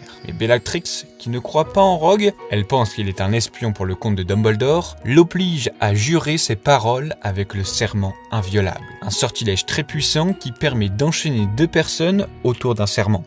Le rompre entraîne la mort. Rogue fait le serment inviolable avec Narcissa, celui de protéger Drago contre tout danger qui pourrait le menacer, l'aider à accomplir la mission que Voldemort lui a confiée et la finir lui-même si Drago échoue. Mais c'est quoi cette mission? Eh bien, pour l'instant, on ne sait pas. Mais ce que je peux vous préciser encore plus avec les livres, c'est que Narcissa est persuadée que Voldemort a piégé Drago. Après l'échec cuisant de Lucius à ramener la prophétie à Voldemort durant la bataille au département des mystères, il a été envoyé à Azkaban. Pour le punir, Voldemort a chargé Drago d'une mission très importante et s'il échoue, il sera tué. Donc on peut comprendre à quel point Narcissa est désespérée. Et pour cause, on retrouve nos héros dans le triste chemin de traverse. Il n'y a que la boutique toute récente de Fred et George Weasley qui essayent de ramener de la joie. Et oui, je ne vous ai pas dit, mais ils ont pu l'ouvrir grâce à tout l'argent qu'Harry a gagné avec le tournoi des 3 sorciers. Ils ont fini par accepter son offrande et ont pu ouvrir leur magasin de farce et attrape après avoir quitté l'école durant l'année dernière contre Ombrage. Mais en repartant de leur boutique, nos héros surprennent Drago et sa mère chez Barjo et Burke. Faut vous rappeler, c'est la boutique glauque où Harry a fini par erreur durant sa 2e année. C'est une boutique spécialisée dans la vente d'articles et d'accessoires de magie noire. C'est étrange quand même, on s'y rend pas par hasard. Bon, peut-être Harry en 2e année, mais nos héros sont très intrigués et quelques jours plus tard, à bord du Poudlard Express, Harry annonce à Ron et Hermione qu'il pense que Drago est devenu un mange-mort pour succéder à son père. Ses amis ne le croient pas, mais Harry quitte leur cabine pour en avoir le cœur net. Sous sa cape d'invisibilité, il part espionner Drago. Il n'apprend rien d'intéressant et le pire, c'est que Malfoy l'a remarqué. Une fois le train arrivé, Drago lui lance un sortilège de pétrification et le laisse sous sa cape d'invisibilité pour qu'il reparte à Londres. Heureusement, c'est Luna qui tombe sur le corps d'Harry et le sauve d'un retour à Londres. Après des contrôles plus renforcés qu'à l'accoutumée, Harry rejoint Ron et Hermione pour le banquet de début d'année. Dumbledore présente Horace Slughorn qui prendra le poste de professeur des potions. Rogue, lui, sera enfin nommé professeur de défense contre les les forces du mal. Ça y est, il l'a enfin. Mais notre cher directeur demande aux élèves de redoubler de vigilance. Il explique qu'à l'origine, Voldemort était un jeune homme tout à fait banal qui était assis là où ils sont tous en ce moment même. Que sa meilleure arme, c'est eux. Alors que leur première journée de cours commence, Harry et Ron ont une heure de libre. Mais ils se font vite interpeller par McGonagall qui conseille Harry d'aller en cours. Ouais, en fait, l'an dernier, dans les livres tout du moins, il a passé son entretien d'orientation avec McGonagall. Et Harry veut devenir Aurore. À l'époque où Rogue était professeur des potions, il n'avait pas du tout le niveau, mais là, avec Slughorn, elle pense qu'il aurait ses chances. Elle lui demande d'amener Ron avec lui et Slughorn est très heureux de voir Harry à son cours. Ils doivent se départager les 2 derniers livres de potions de l'armoire. Manque de peau pour Harry, il se tape le plus amoché des 2. Mais tandis qu'ils doivent réaliser la préparation d'une potion pour gagner un flacon de Felix Felicis, un filtre qui permet d'être très chanceux pendant une petite durée, Harry se montre extraordinairement doué. Au grand regret d'Hermione qui, elle, ne s'en sort pas du tout. En fait, le livre d'Harry appartenait à un certain prince de Sang-Mêlé. Il a laissé plein d'inscriptions dedans. Ah non, pas encore un journal à la Gédusor, je vous rassure. Non, mais sans être ensorcelé pour autant, Harry montre quand même une certaine obsession pour ce livre. Il devient super bon en pension, mais apprend aussi de nouveaux sortilèges. Tandis qu'Harry gagne encore plus la sympathie du professeur Slughorn sur les conseils de Dumbledore, nos héros tombent sur leur camarade Catibel sous l'emprise d'un collier maudit. Nos héros apprennent qu'il était destiné au professeur Dumbledore. Harry suspecte immédiatement Malfoy. À partir de là, il doit suivre ses moindres faits et gestes. Heureusement qu'il a encore la carte du maraudeur pour ça. Mais en le suivant après une soirée organisée par le professeur Slughorn, Harry va surprendre Malfoy, qui annonce à Rogue que ça ne le regarde pas s'il a jeté un sort ou non à Catibel. Mais Rogue lui rétorque qu'il a fait le serment inviolable de le protéger. Malfoy refuse son aide, il dit qu'il a été choisi pour ça et qu'il ne le décevra pas. Rogue lui dit qu'il voit la peur dans ses yeux, mais Malfoy persiste. Il veut que ce soit sa gloire. Eh ben, perso, moi j'ai pas mal de pitié pour Malfoy en vrai. Noël approche et Harry passe ses vacances au terrier avec les Weasley et des membres de l'ordre. Ils auront le temps d'avoir des discussions autour de la révélation sur Rogue et Malfoy. Mais Lupin assure à Harry que si Dumbledore fait confiance à Rogue, il faut le croire. Il doit arrêter d'avoir autant de haine envers lui. Alors que Lupin et Tonks allaient partir, le terrier se fait attaquer par des mange-morts dont Bellatrix et le terrible loup-garou Fenrir Greyback. C'est lui qui a transformé Lupin en loup-garou quand il était enfant. Un affrontement a lieu où ils arrivent à réduire la maison des Weasley en cendres. C'est une scène horrible. Mais rassurez-vous, c'est complètement inventé par les films. Ça n'arrive jamais dans les livres. On se rassure comme on peut. De retour à l'école, Dumbledore se met à donner des cours particuliers à Harry sur le passé de Voldemort. Il lui montre tous les souvenirs qu'il a pu accumuler de diverses personnes à l'aide de la pancine. Ouais, chez les sorciers, tu peux te sortir un souvenir de ton crâne pour le stocker. Ensuite, tu peux le revoir autant de fois que tu veux en te plongeant au cœur de la scène grâce à une pancine. Ces cours particuliers vont permettre à Harry de mieux comprendre le passé de Voldemort pour mieux le détruire. Mais le Dumbledore lui explique qu'il est dans une impasse. Il y a un souvenir où Tom Jedusor pose une question à son professeur de potions de l'époque, le fameux Horace Slughorn. Ce serait à propos d'une sorte de magie très noire et très ancienne. Mais Slughorn a trafiqué ce souvenir par peur des représailles. Dumbledore charge alors Harry de récupérer le véritable souvenir. Il sera très précieux pour venir à bout du Seigneur des Ténèbres. Mais en réalité, on en apprend bien plus dans les livres. Et comme je vous le disais, c'est très important pour comprendre le personnage de Voldemort. Dans les films, t'as juste l'impression que c'est un gros méchant qui est hyper raciste envers les nés moldus, quoi. Alors qu'en fait, le vrai premier cours particulier qu'il a avec Dumbledore, il voit l'origine de la mère de Voldemort, Merope Gaunt. Elle était maltraitée par son père Marvolo Gaunt, un sale type qui ne jure que par le sang pur. Il est d'ailleurs très fier de 2 objets, le médaillon de Salazar Serpentard et le bijou de leur famille, la bague des Gaunt. Dumbledore montre à Harry que Merope n'avait pas de pouvoir magique malgré la stricte lignée des Gaunt à l'image de Salazar Serpentard. Mais le pire, c'est qu'elle était amoureuse d'un moldu, un certain Tom Jedusor, senior du coup. Et ça, son père et son frère ne l'ont pas accepté. Le ministère de la magie s'est rendu compte de leur maltraitance et les ont envoyés à Azkaban. Merope a profité de leur absence pour s'enfuir, avec ce qu'il restait de plus précieux dans la famille, le médaillon de Salazar Serpentard, et rejoindre celle qu'elle aimait. Mais son amour n'était pas réciproque. Elle a dû utiliser un filtre d'amour pour attirer son attention, et ont même eu un enfant sous son emprise. Tom Jedusor était né, le futur Voldemort. Et c'est pour ça qu'il ne peut ni comprendre, ni ressentir l'amour. Ses parents ne s'aimaient même pas d'un véritable amour quand ils l'ont mis au monde. En ressortant la tête de la pancine, Harry remarque que Dumbledore porte la bague des Gaunt fendue à sa main putréfiée. Ça, on apprendra pourquoi dans le dernier film. Et finalement, dans le livre, juste après les vacances de Noël, Dumbledore montre à Harry 2 nouveaux souvenirs. Dans le premier, on y voit Voldemort tuer son propre père, Tom Jedusor Senior, et en faire tenir responsable son oncle. Et par la même occasion, il vole la bague des Gaunt. Et le deuxième, c'est le fameux souvenir qu'on voit dans le film, que Slughorn a trafiqué. Donc vous voyez, c'est quand même mieux avec toutes ces précisions. On comprend bien mieux d'où il vient et ce qu'il était déjà à cette époque. Allez, on retourne au film. Alors qu'Harry comptait commencer à mener à bien sa mission auprès de Slughorn, il est contraint de le voir pour un événement qui va s'avérer bien plus tragique que prévu. Harry emmène un Ron soumis à un puissant filtre d'amour. Ils arrivent à le guérir, mais alors qu'il fait ça avec une bouteille d'hydromel, Ron est empoisonné. Harry arrive à le sauver, mais Slughorn est sous le choc. La bouteille d'hydromel était à la base destinée à en faire cadeau à Dumbledore. C'est une nouvelle tentative d'assassinat du directeur. Et Harry est persuadé que c'est encore un coup de Drago. Il le retrouve en pleurs aux toilettes et un combat commence entre les deux sorciers. Harry finit par lancer le sortilège Sectum Sempra, sortant tout droit du livre du prince de sang mêlé. Mais Drago est propulsé au sol avec des coupures profondes partout sur le corps. Entre la vie et la mort, c'est Rogue qui débarque et parvient à sauver Drago. Harry prend conscience de la dangerosité du livre des potions et Ginny lui propose de s'en débarrasser dans la salle sur demande. En fait, il y a une version de la salle sur demande qui revient très souvent, celle d'une salle de stockage d'objets. Ce sont des générations d'élèves qui sont passés par ce couloir et dont la salle sur demande s'est révélée à eux pour les aider à stocker leurs objets. Lorsque Ginny a fini de cacher le livre, elle revient à Harry en lui offrant un baiser. Enfin, ça y est, après ces nombreuses années à être amoureuse d'Harry. Allez, c'est le moment de vous reparler les livres avec les deux derniers souvenirs de l'enfance de Voldemort.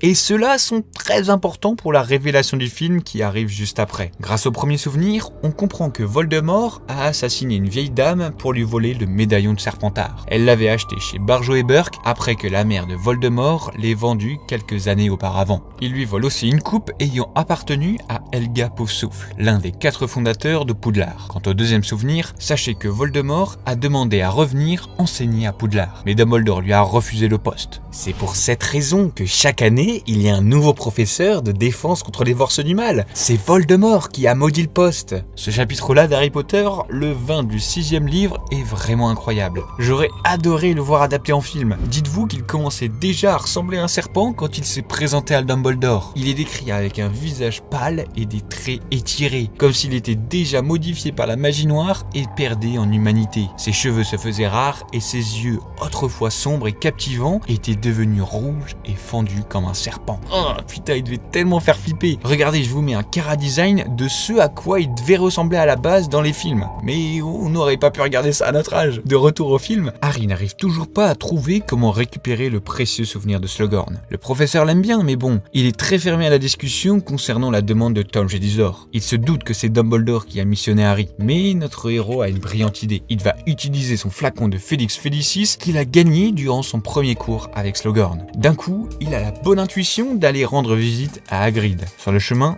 il croise comme par hasard le professeur Slughorn. Harry a un comportement tellement drôle. Il a l'air shooté et en même temps sûr de lui. En plus, Slughorn est obligé de l'accompagner chez Hagrid. Il peut pas le laisser se balader en dehors du château à cette heure-là. Il retrouve Hagrid et assiste à l'enterrement d'Aragog, son immense araignée. Harry a toujours l'air aussi shooté et nous offre des scènes à mourir de rire. Vraiment, on a de la chance d'avoir une VF aussi géniale. Ils finissent leur soirée dans la cabane d'Hagrid à se bourrer la tronche. C'est à ce moment qu'Harry se lance. Il convainc Slughorn d'être aussi courageux que sa mère Lily Potter, lui qui l'a tant apprécié comme élève. Harry lui dit qu'il est l'élu, que lui seul peut tuer Voldemort. Il lui dit qu'autrement, il ne ferait pas honneur à sa mère, qu'elle serait morte en vain. Sur ces paroles, Slughorn extirpe le fameux souvenir de sa mémoire tout en lui demandant de ne pas être trop sévère lorsqu'il le visionnera. Harry fonce au bureau de Dumbledore pour le regarder avec lui. Le souvenir montre la suite de la conversation. On apprend qu'il lui demandait ce qu'était un Horcrux, une forme de magie très noire et maléfique. Le sorcier doit tuer une personne d'une façon précise pour pouvoir dissimuler une partie de son âme dans un objet de son choix. Il s'assure ainsi une immortalité lorsque son corps vient à être détruit. Mais le pire, c'est que Jedusor fait comprendre à Slughorn qu'il est intéressé par le faire 7 fois. Le professeur de l'époque est choqué. Tuer une personne est déjà bien trop. Jedusor ironise que ce n'est évidemment que théorique et le souvenir s'arrête. Dumbledore est sous le choc. C'est au-delà de tout ce qu'il imaginait. Ça peut être n'importe quel objet, mais il est certain d'une chose, le journal de Tom Jedusor en était un. Mais aussi la bague des Gaunt que Dumbledore a retrouvée. Il a réussi à la détruire, mais en y laissant un maléfice s'emparer de sa main droite. Les 5 Horcruxes restants sont inconnus, cachés quelque part dans le monde. Mais Dumbledore pense avoir localisé le 3e. Le lendemain, alors qu'Harry arrive pour l'accompagner dans cette quête, il surprend une conversation entre Dumbledore et Rogue. Il lui dit qu'il ne veut plus le faire, mais Dumbledore dit qu'il ne reviendra pas sur sa parole. Rogue a accepté, il n'y a rien à ajouter. Rogue s'en va et Harry rejoint Dumbledore. Leur quête du 3e Horcrux va commencer, mais notre directeur le met en garde. Il devra suivre tout ordre qu'il lui donne sans discuter. S'il lui dit de se cacher, il se cache. S'il doit fuir, il fuit. S'il doit l'abandonner à son sort, il doit le faire. Harry se rend compte du danger qui les attend, mais accepte. Il transplane devant la grotte d'une falaise au bord de la mer. Dumbledore soupçonne Voldemort d'y avoir dissimulé un de ses Horcruxes. Et il a raison. En son cœur, au milieu d'un lac, se trouve un petit récipient d'un liquide étrange. Harry et Dumbledore comprennent qu'il faut le boire pour révéler l'Horcrux. Dumbledore se dénonce pour le faire et rappelle à Harry les conditions qu'il a acceptées au début. Dumbledore sait que le liquide pourrait le paralyser, le rendre fou, le supplier d'y mettre un terme. Mais Harry doit lui faire avaler de force si besoin. Dès sa première coupelle, Dumbledore est pris de convulsions, comme si les ténèbres et la douleur s'emparaient de lui. Il le supplie d'arrêter, mais Harry est obligé de lui faire boire jusqu'à la dernière goutte. Le cœur déchiré, il finit par y arriver et l'Horcrux apparaît dans le récipient. Dumbledore demande de l'eau à Harry, mais en voulant en récupérer dans le lac, il réveille des créatures terribles, des Inferi. Ce sont des morts-vivants réanimés par la magie noire. Mais Dumbledore connaît leurs points faibles, il arrive à récupérer sa baguette et fait apparaître une tempête de feu pour sauver Harry et partir de cette maudite grotte. De retour dans la tour d'astronomie, Harry et Dumbledore découvrent une école envahie par les Mange-Morts, menée par Bellatrix Lestrange et par le loup-garou Fenrir Greyback. C'est Malfoy qui les a fait venir avec l'armoire à disparaître de la salle sur demande. Drago a réussi à la réparer tandis que l'autre était chez Barjo et Burke. Ça leur a servi de portail. Dumbledore a tout juste eu le temps de demander à Harry de se cacher, piégé au sommet de la tour d'astronomie, notre directeur affaibli et désarmé par Drago. Il s'apprête à le tuer après lui avoir montré la marque des ténèbres qu'il porte sur son bras. C'est à ce moment-là que Bellatrix et les Mange-Morts débarquent au sommet de la tour. Même sous la pression de sa tante, Drago n'a pas le courage de tuer Dumbledore. C'est finalement Rogue qui apparaît pour respecter son serment inviolable. Dumbledore demande à Rogue de l'aider et des éclairs de lumière verte sortent de sa baguette sous les yeux impuissants d'Harry. Dumbledore bascule et tombe de la tour d'astronomie. Les Mange-Morts fuient l'école après avoir fait apparaître la marque des ténèbres dans le ciel, avoir dévasté l'école et incendié la cabane d'Hagrid. Les Mange-Morts sont rattrapés par Harry. Dites-vous, dans le livre, il y a toute une bataille au sein de l'école. Mais là, on a surtout la scène où Harry tente d'attaquer Rogue avec le sort de Sectum Sempra. Mais il le contre en un coup de baguette et lui révèle que c'était lui, le prince de sang mêlé. C'était son manuel de potions quand il était étudiant. Peu après, les élèves et les professeurs, réveillés par le vacarme, découvrent choqués le corps sans vie de Dumbledore. Agenouillé auprès de la dépouille du directeur, Harry pleure la perte d'une nouvelle figure paternelle. Mais il récupère l'Horcrux de Voldemort, déterminé à aller au bout de la quête qui a coûté la vie de Dumbledore. Le lendemain, Harry montre le médaillon à Ron et Hermione. En réalité, il s'agit d'un faux et qu'un certain Érabé a laissé un message à l'intérieur à l'intention du Seigneur des Ténèbres. Il lui dit qu'il avait déjà trouvé le véritable Horcrux avec l'intention de le détruire. Nos héros décident de ne pas retourner à l'école l'année prochaine pour continuer la quête que Dumbledore a confiée à Harry. Ils veulent trouver tous les Horcrux restants pour tuer Voldemort une bonne fois pour toutes.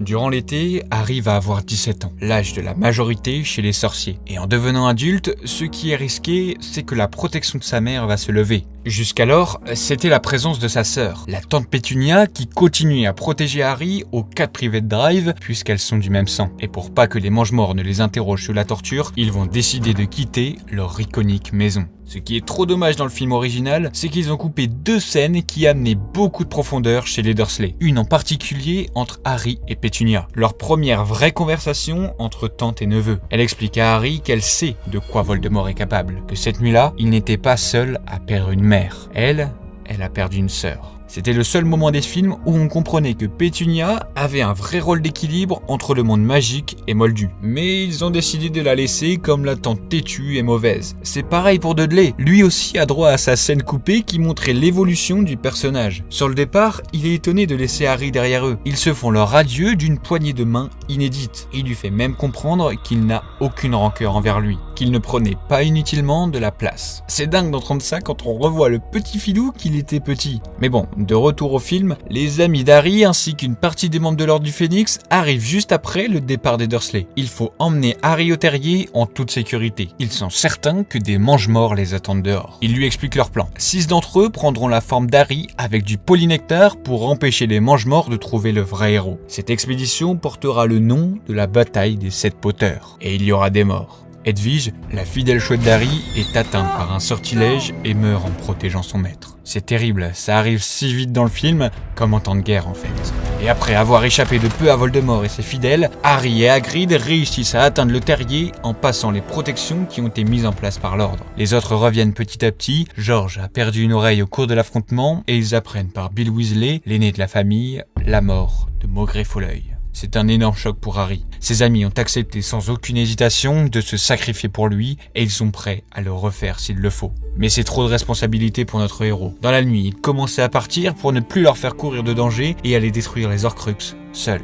Mais c'est Ron qui le raisonne et lui fait comprendre que c'est une guerre qui concerne tout le monde avant tout. Le lendemain, alors que le mariage de Bill et Fleur allait se tenir, pour tenter de pallier l'horreur de la guerre, le nouveau ministre de la magie, Rufus Scrimgeour, rend visite à notre trio pour leur remettre les legs de Dumbledore. Lui pour le coup, il est chaud comparé à Fudge. C'est l'ancien directeur du bureau des aurores.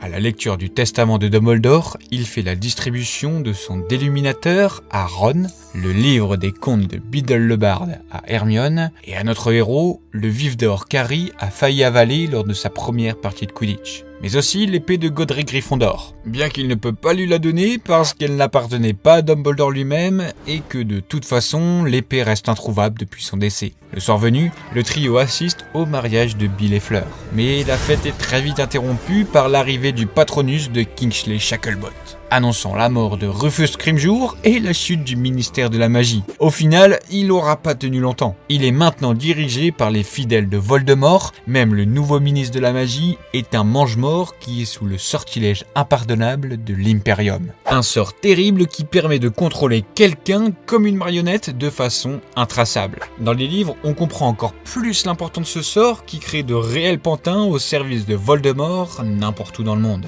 Ça crée une paranoïa chaotique générale.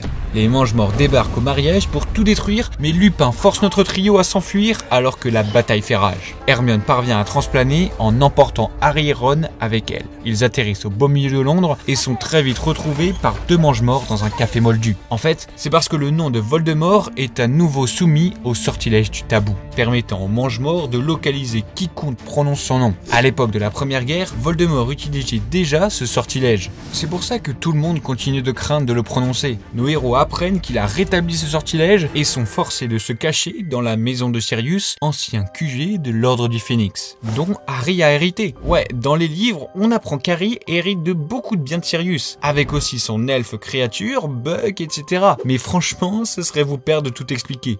On va s'en tenir à la version des films. D'ailleurs, en visitant les chambres de Sirius et ses frères, il tombe sur la chambre d'un certain Regulus Arcturus Black.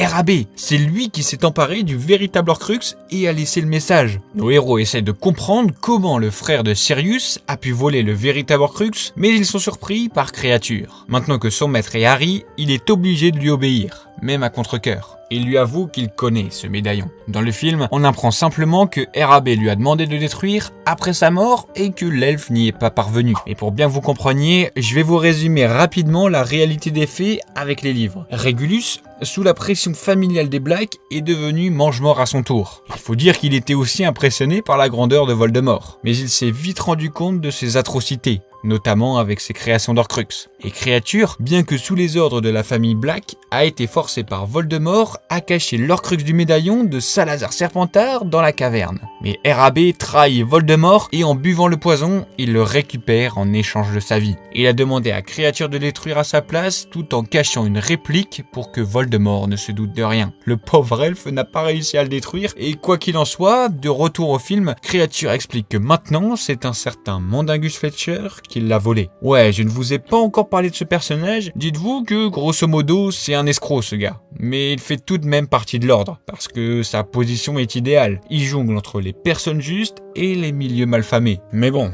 c'est à double tranchant.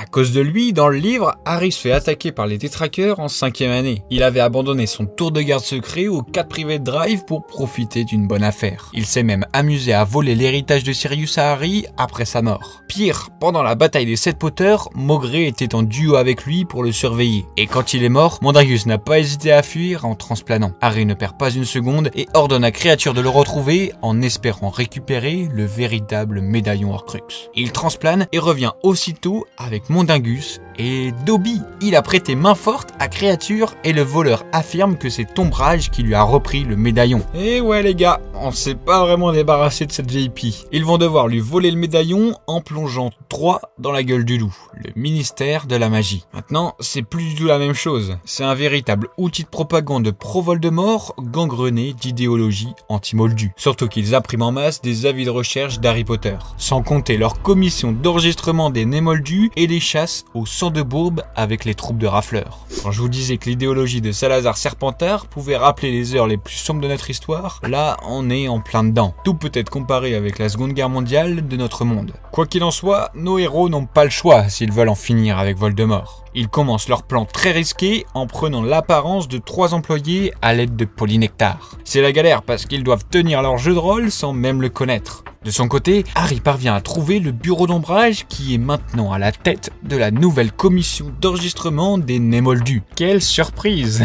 En s'infiltrant dans son bureau, Harry trouve des avis de recherche de membres de l'ordre, avec des croix sur Maugrey et Dumbledore.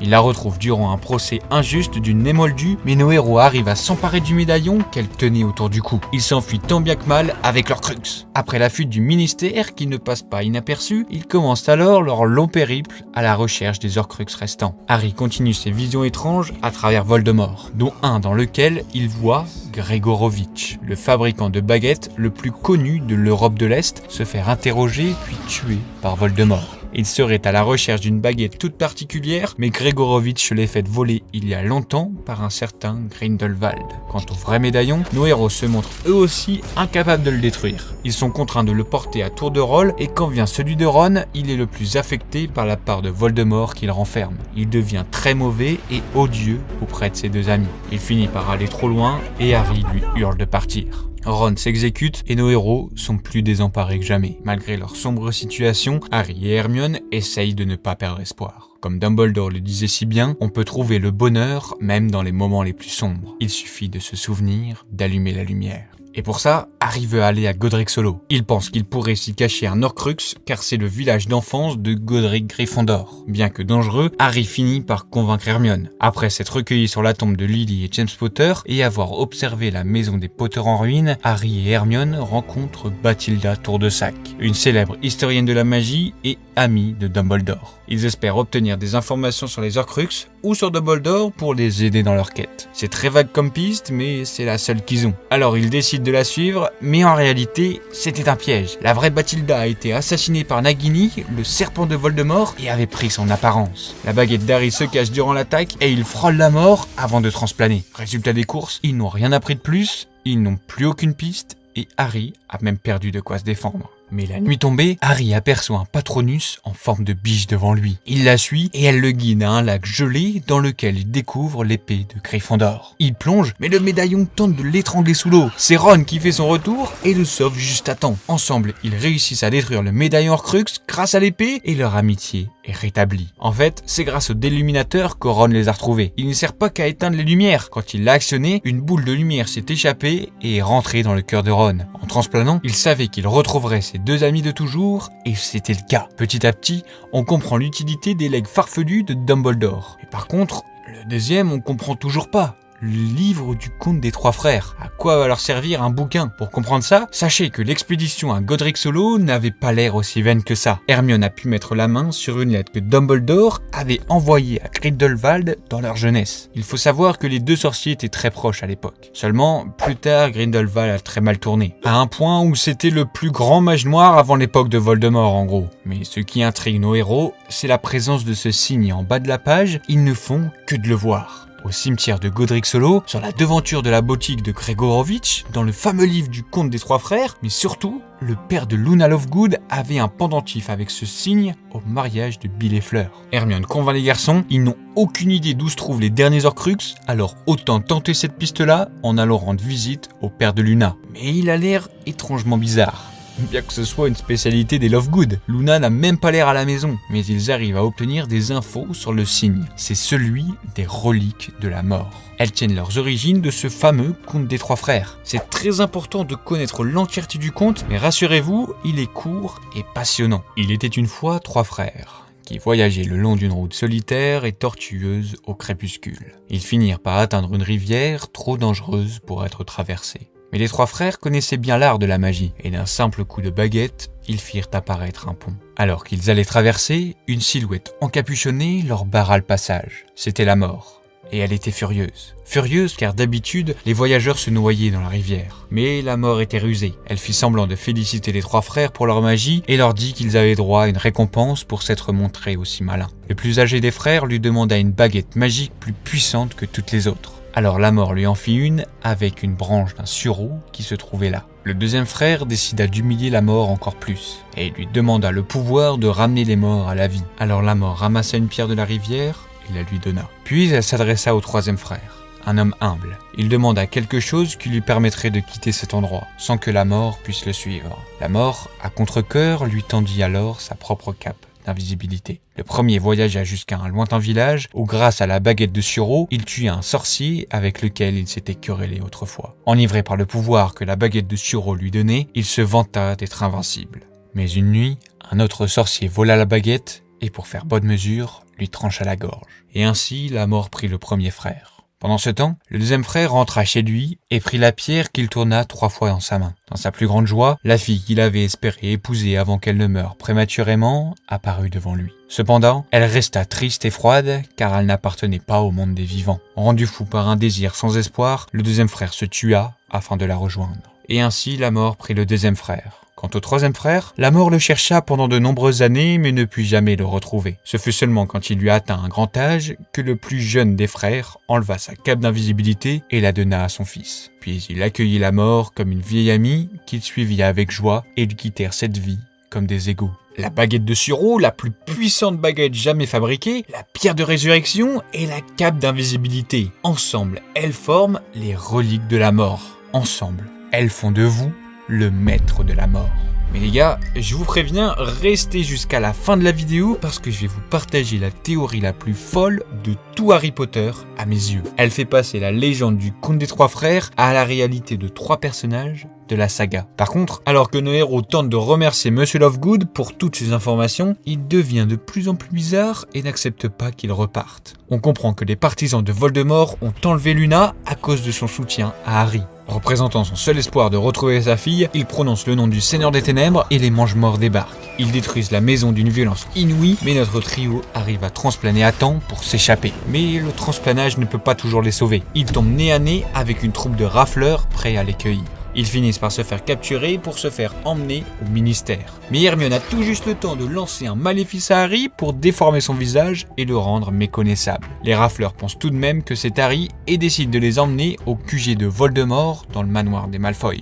En même temps, Harry a une nouvelle vision. Il voit Voldemort obtenir des informations auprès de Grindelwald. La baguette qu'il recherche serait enterrée avec Dumbledore dans sa tombe. C'était la baguette de sureau. C'est très mauvais signe ça. Voldemort aura bientôt une des 3 reliques de la mort. Arrivé au manoir des Malfoy, Bellatrix Lestrange et Lucius demandent à Drago d'identifier Harry si c'est bel et bien lui. Mais Drago affirme que ce n'est pas le cas malgré la pression des Mange-Morts. Bellatrix en profite même pour récupérer l'épée de Crodric Gryffondor à l'un des rafleurs qui l'avait trouvée dans le sac d'Hermione. Elle enferme Harry et Ron tandis qu'elle va torturer Hermione. Elle est folle de rage. Elle dit que l'épée était dans sa chambre forte à la banque Gringotts. Sous les cris de douleur d'Hermione, les garçons retrouvent dans leur prison Luna, Gripsec et Ollivander.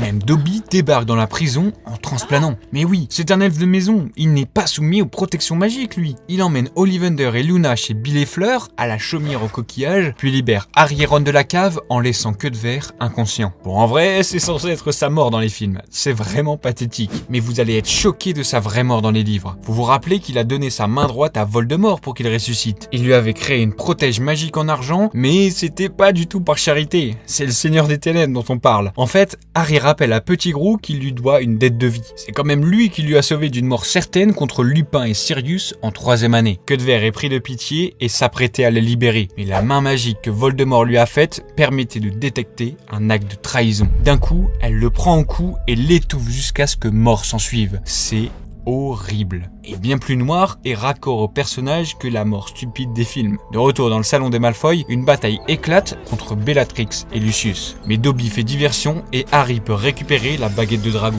de Bellatrix et de Petit Gros. Harry, Ron et Hermione sont à nouveau armés et Dobby emporte alors nos héros et Gripsec en transplanant. Mais cette saloperie de Bellatrix lance un poignard qui disparaît avec eux. Ils atterrissent à la plage de la chaumière au coquillage, mais Harry s'aperçoit que Dobby a été touché par le poignard de Bellatrix. L'elfe de maison que nous connaissons depuis 5 ans se meurt dans les bras d'Harry.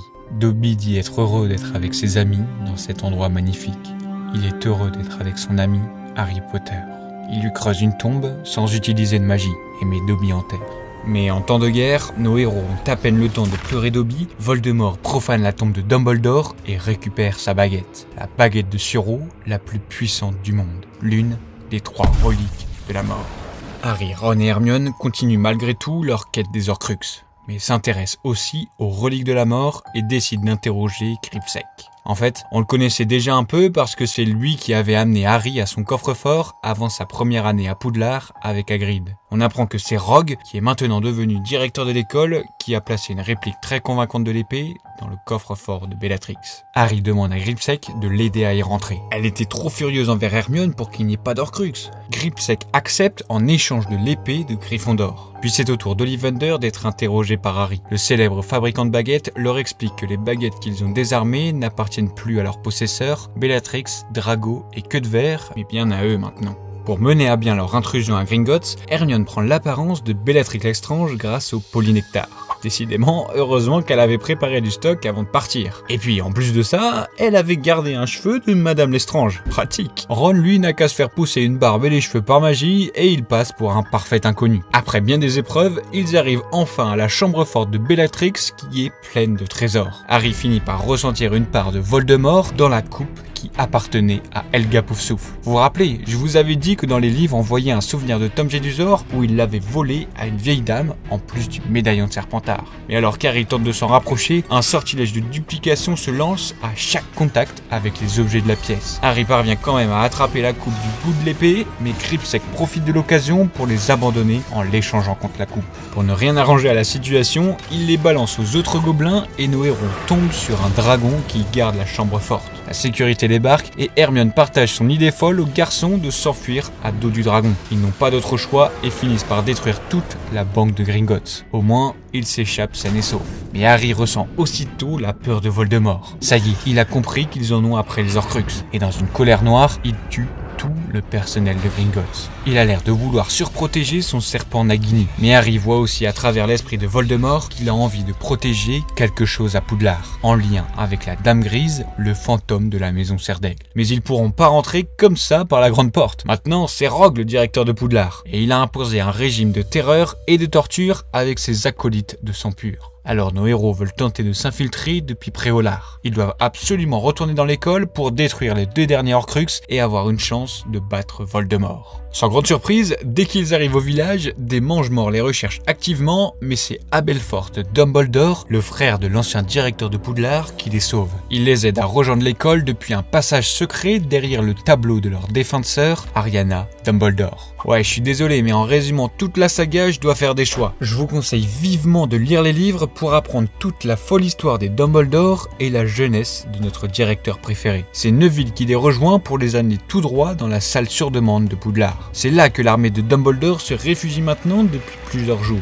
Il leur explique sa quête des Horcruxes, mais d'un coup, tous les élèves de l'école se retrouvent convoqués par Rogue. Il les avertit que toute aide ou soutien apporté à Harry Potter sera très sévèrement puni, élèves comme enseignants, comme si c'était pas déjà le cas. Mais Harry sort de la foule et fait face à Rogue. Il est suivi par l'Ordre du Phénix avec une classe incroyable. Harry lui demande comment il ose se tenir là où il se tenait, lui qui l'a regardé droit dans les yeux ce soir-là, juste avant de le tuer, cet homme qui lui faisait confiance. Ouah, les frictions. Rogue reste muet et dégaine sa baguette, mais McGonagall prend la défense d'Harry. Elle lui lance des sorts très puissants et Rogue reste sur la défensive. Il les fait rebondir sur les deux acolytes et s'enfuit avec leur baguette.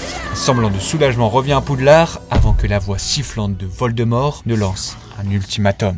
Il demande aux élèves de livrer Harry Potter en échange d'épargner tout le monde. Mais à part quelques serpentards, personne n'est prêt à le livrer à Voldemort. Harry demande à McGonagall de lui donner le plus de temps possible pendant qu'il part interroger la Dame Grise. Tous les élèves et professeurs s'activent pour préparer la défense du château de l'attaque imminente de Voldemort et ses troupes.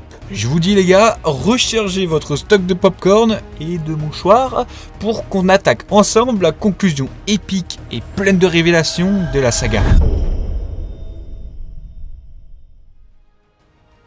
McGonagall lance le sort Pierre Totum Locomotor. Toutes les statues de pierre du château prennent vie et se mettent en marche dans leur devoir de protection du château. Pendant ce temps, Harry interroge la Dame Grise. Elle s'appelle Helena Serdaigle.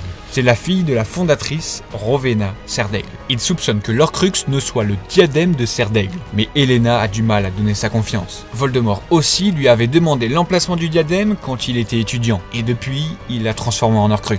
Mais Harry finit par la convaincre de son intention de le détruire, et elle lui révèle qu'il serait dans la salle sur demande. Dans sa version débarras d'objets, là, vous vous rappelez, comme en 6ème année avec Drago. Alors que Voldemort et son armée commencent à attaquer les protections magiques de l'école, de leur côté, Ron et Hermione pénètrent dans la chambre des secrets pour récupérer des crochets de basilic. Mais oui, Harry avait pu en détruire un avec en 2ème année. Hermione détruit la coupe de Poufsouffle, puis Ron et elle s'embrassent avant d'attaquer la guerre terrible qui les attend. Voldemort ressent aussitôt la terrible douleur de perdre une nouvelle partie de son âme et défonce la protection de l'école en un seul coup de la baguette de Suro. Ça y est, la bataille de Poudlard commence. Rafleurs, mages noirs, trolls des montagnes, détraqueurs, araignées, c'est une guerre sans merci qui fait rage dans l'enceinte de Poudlard.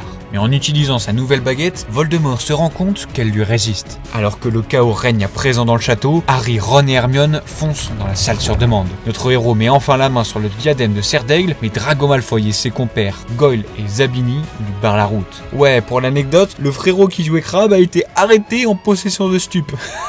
C'est un serpentard même dans la vraie vie. Harry demande à Drago pourquoi il n'a pas avoué à Bellatrix que c'était lui dans le manoir des Malfoy. Il l'a protégé. Drago est désemparé et Goyle déclenche un feu démon qu'il n'arrive plus à contrôler. Nos trois héros parviennent à s'échapper juste à temps avec des balais volants. Alors que les trois serpentards allaient y rester, nos héros décident de sauver Malfoy et Zabini. Goyle, lui, meurt calciné par son propre feu. En même temps, il a tenté de lancer un Avada Kedavra sur Hermione juste avant. On débat. En sortant de la salle, Harry détruit le diadème Horcrux avec un crochet de basilic avant que Ron ne jette l'objet dans le feu au moment où la salle se referme derrière eux. Harry ressent à nouveau la même douleur que Voldemort et il le voit mettre Nagini en sécurité. Notre héros force son esprit à entrer en contact avec Voldemort pour trouver sa cachette. C'est le hangar à bateaux de l'école. Nos héros courent pour s'y rendre, mais en traversant le champ de bataille, ils font face à toutes les horreurs qu'ils ont affrontées durant leurs années à Poudlard. Un troll des montagnes, des araignées, un loup-garou, puis des détraqueurs. Quel beau clin d'œil. Ils arrivent au hangar à bateau et assistent à un échange entre Voldemort et Rogue. Vous savez qui pense que la baguette de Suro lui résiste parce qu'il n'en est pas le véritable maître. Et il a raison, celui qui tue le propriétaire d'une baguette en gagne sa possession. Et Rogue a tué Dumbledore. Voldemort le remercie pour ses loyaux et fidèles services, mais affirme que seul lui peut vivre éternellement. Nagini se jette sur Rogue et il finit à l'agonie sous les yeux encore impuissants de nos héros. Voldemort transplane et Harry, Ron et Hermione arrivent à temps pour le dernier souffle de Rogue. Il dit à Harry de récupérer ses larmes pour les mettre dans la pancine et lui demande de le regarder une dernière fois. « Tu as les yeux de ta mère ». Ce seront les dernières paroles de Rogue, mais l'horreur de la guerre n'attend pas. Voldemort parle à nouveau dans l'esprit de chacun pour annoncer qu'il retire ses troupes. Il veut qu'Harry constate chaque personne morte pour lui et veut qu'il vienne dans la forêt interdite pour se rendre. En revenant au château, c'est un désastre sans nom. Fred Weasley, Lupin et Tonks sont morts dans la bataille. Sans compter plusieurs élèves et d'innombrables blessés de guerre. c'est la goutte de trop pour Harry. Il va se rendre dans la forêt interdite, mais avant ça, il va observer les souvenirs de Rogue en versant ses larmes dans la piscine. Et les amis, sachez que je vais vous résumer ce qui se passe, mais s'il vous plaît, il faut que vous alliez la regarder en entier cette scène. C'est d'une révélation, d'une beauté. Je l'ai revu pour faire cette vidéo et j'ai encore pleuré. En fait, les souvenirs de Rogue révèlent à Harry qu'il était bel et bien du côté de Dumbledore. Il a toujours été amoureux de Lily Potter. C'était lui l'espion mange-mort qui avait partagé le début de la prophétie à Voldemort. Mais il ne pensait pas qu'il viserait le fils de sa bien-aimée. D'autres personnes pouvaient aussi correspondre à ce que disait la prophétie. Conscient d'avoir livré malgré lui son amour de toujours à la mort, il a passé sa vie à tenter de se racheter en étant agent double pour le compte de Dumbledore. Il savait que Voldemort reviendrait d'un jour ou l'autre. Rogue a passé toutes ces années à protéger l'enfant d'un homme qu'il a toujours détesté et d'une femme qu'il a toujours aimée. Mais il a demandé à Dumbledore que personne ne connaisse cette vérité. Harry lui rappelait l'arrogance et la fainéantise qu'il détestait tant chez James Potter. Mais en même temps, quand il le regardait, il voyait la femme qu'il aimait. Imaginez un peu la torture que c'était. Le meurtre de Dumbledore n'était qu'un stratagème d'ailleurs, pour permettre à Rogue de gagner la confiance du Seigneur des Ténèbres. Il était de toute façon condamné à mourir au cours de l'année depuis que la bague Horcrux des Gaunt lui avait maudit la main. Mais Harry apprend surtout qu'il est lui-même condamné à mourir. Cette nuit-là, lorsque le sort de Voldemort a ricoché à cause de la protection de Lily, une parcelle de son âme s'est installée en Harry. C'est lui le 7e Horcrux. Ce n'est pas un hasard s'il peut parler au serpent, s'il peut voir dans l'esprit de Voldemort. Rogue était sous le choc. Il reproche à Dumbledore d'avoir élevé Harry comme un porc destiné à l'abattoir. Il lui révèle qu'il a fini par avoir de l'affection pour lui avec son Patronus, le même que celui de Lily, une biche. Sachez qu'il n'y a qu'un seul moyen de changer l'animal totem de son Patronus, après avoir vécu un choc émotionnel énorme. Et vous vous rappelez pas d'une biche qui a guidé Harry à retrouver l'épée de Gryffondor dans le lac gelé? Oui, depuis toujours. Rogue protégeait Harry. Et vous vous rappelez en première année de la première question que Rogue lui a posée en cours de potion? Qu'obtient-on quand on ajoute de la racine d'asphodèle en poudre à une infusion d'armoise? Je vous avais dit qu'on en reparlerait à la fin de la vidéo. Alors en soi, ça crée un somnifère très puissant, mais on s'en fout de ça. Il y a un double sens avec la floriographie, le langage des fleurs. C'était souvent utilisé à l'époque victorienne pour transmettre des messages délicats ou des émotions que l'on ne pouvait pas verbaliser ouvertement. Et si on décortique la phrase de Rogue, l'asphodèle est associé au souvenir, au regret et à la douleur du passé, tandis que l'armoise renvoie aux peines de cœur, à l'absence ainsi qu'à la séparation. Donc c'est une sorte de condoléance en message codé que Rogue a fait à Harry. Pouah, voilà. C'est pour ça que je suis amoureux d'Harry Potter. C'est peut-être plus compliqué de faire aimer au début quand tout est joyeux, qu'on dirait un énième film de sorcier pour enfants. Et alors là, c'est d'une noirceur, d'une complexité émotionnelle. Les personnages sont d'une profondeur. Comment ne pas être fan de Rogue maintenant? Mais bon, je vous ramène à une réalité bien plus glaçante. Il est essentiel que Voldemort tue Harry de sa main pour détruire sa part d'âme en lui. Et Harry est résigné. Il doit se livrer à Voldemort. Mais sur le chemin, il croise ses deux amis de toujours et leur annonce son destin funeste. Ils se font leurs adieux et après lui, il ne restera plus que Nagini et Voldemort en personne. Mais vous vous rappelez du dernier legs de Dumbledore, le Vif d'Or? Eh bien, sachez qu'ils sont enchantés pour se rappeler de la première personne qui les a touchés. Et dans le cas de celui-ci, c'était Harry avec sa bouche. Il met le Vif d'Or sur ses lèvres et il dévoile son contenu. Dumbledore y avait caché la pierre de résurrection, l'une des 3 reliques de la mort. Elle était à la base sur la bague des Gaunt. Il voit alors apparaître ses parents, Sirius et Lupin. Harry s'excuse auprès d'eux, mais vas-y, j'aurais voulu voir Rogue moi, ça aurait été incroyable une conversation entre deux. Mais même dans les livres, ça n'arrive pas. Ils vont l'accompagner avec lui jusqu'à la fin, lui qui se présente face à Voldemort. Hagrid est horrifié, mais Harry accepte son destin. Des éclairs de lumière verte déchirent la nuit.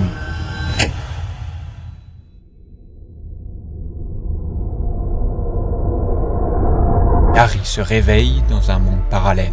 Il retrouve Dumbledore comme un vieil ami et lui explique que Voldemort n'a fait que de tuer la part de son âme qu'il renfermait. Et que Harry est finalement bel et bien vivant. Et c'est là que je vais vous demander de vous rappeler du conte des 3 frères. Je vous avais dit que je vous parlerai de la théorie la plus folle de tout Harry Potter à mes yeux. Retenez bien ce passage, je vais tout vous révéler dans quelques minutes. J'ai encore besoin de vous expliquer une dernière chose. Harry revient à lui dans le vrai monde et il sera sauvé par l'amour d'une deuxième mère. Narcissa Malfoy. Elle doit vérifier qu'Harry est bien mort, et en échange d'avoir la confirmation que Drago est encore en vie, Narcissa fait passer Harry pour mort. Il est transporté dans les bras d'Hagrid jusqu'à la cour de l'école. Voldemort triomphe de la mort de l'élu et demande à chacun de se rallier à lui ou de mourir. Drago est forcé par son père de les rejoindre, mais Neville fait de la résistance. Il fait preuve d'un courage dingue et dégaine l'épée de Gryffondor du Choixpeau. Harry saute des bras d'Hagrid et Voldemort pète un câble. Certains mange-morts en profitent pour déserter alors qu'un ultime combat a lieu entre Voldemort et Harry dans tout le château. De leur côté, Ron, Hermione et Neville tentent d'en finir avec Nagini. En même temps, Molly, la mère des Weasley, se débarrasse de la plus fidèle des partisanes de Voldemort, Bellatrix. Et d'un acte héroïque, Neville protège Ron et Hermione en coupant Nagini en deux. Le dernier des Horcruxes est détruit. Voldemort peut mourir. Il lance un Avada Kedavra et Harry riposte avec le sort de désarmement Expelliarmus. Je vous embête une dernière fois avec les livres, les films ont favorisé un 1v1 épique, là où dans les livres c'est surtout Harry qui fait toutes les révélations à Voldemort. Il lui explique que Drago avait désarmé Dumbledore avant que Rogue ne le tue. Donc la baguette ne lui obéit toujours pas, elle obéissait à Drago. Mais Harry avait désarmé Malfoy à son tour dans le manoir des Malfoy quelques jours plus tôt. Donc la baguette de Suro appartient à Harry. Il lui explique aussi la protection que sa mère lui a donnée, qu'il était le dernier Horcrux, que Rogue était un agent double au service de Dumbledore. En fait, c'est Harry qui est devenu malgré lui le maître de la mort. Voldemort nie tout ce qu'Harry lui révèle. Il refuse même l'appel à la rédemption que notre héros lui propose. La baguette de Siro n'obéissant toujours pas à Voldemort et étant de plus en plus affaibli, son propre Avada Kedavra et le sort de désarmement d'Harry se retournent contre lui. Le Seigneur des Ténèbres est mort.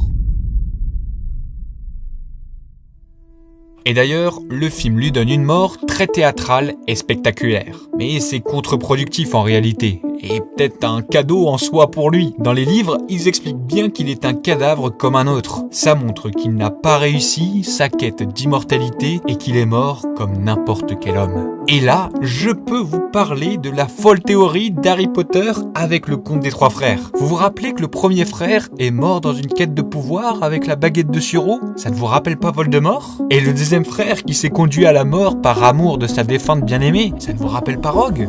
Et le troisième frère qui a accueilli la mort comme une vieille amie, ça ne vous rappelle pas Harry avec Dumbledore dans l'au-delà? Et oui, Voldemort, Rogue et Harry seraient les trois frères, et Dumbledore incarnerait la mort du conte des trois frères. Ça ne reste qu'une théorie, même si J.K. Rowling, l'auteur d'Harry Potter, l'adore et trouve qu'elle colle très bien. Il ne faut pas la prendre au pied de la lettre, mais la voir d'une façon symbolique. D'autant que les trois frères étaient de vraies personnes de l'univers d'Harry Potter en réalité. Mais je vous laisserai vous rapprocher des livres pour en savoir plus. En tout cas, tout le monde a l'air de savourer la victoire malgré les pertes conséquentes. Nos trois héros se retrouvent seuls sur le pont de l'école et Harry leur révèle qu'il est le propriétaire de la baguette de Suro. Ron est bouche bée, ils sont invincibles avec ça. Mais Harry prend une décision radicale. Il la casse en deux et la jette au loin. C'est sûrement bien mieux comme ça. Quiconque avait cette baguette finissait par mourir. Il regarde au loin et tout est enfin fini. Ils peuvent enfin souffler et profiter d'un avenir serein. 19 ans plus tard, nous les retrouvons à la gare de King's Cross. Harry avec Ginny, Ron avec Hermione, ils conduisent chacun leur enfant au Poudlard Express. On voit même Drago en paix avec lui-même, avec sa femme et son enfant. La boucle est bouclée.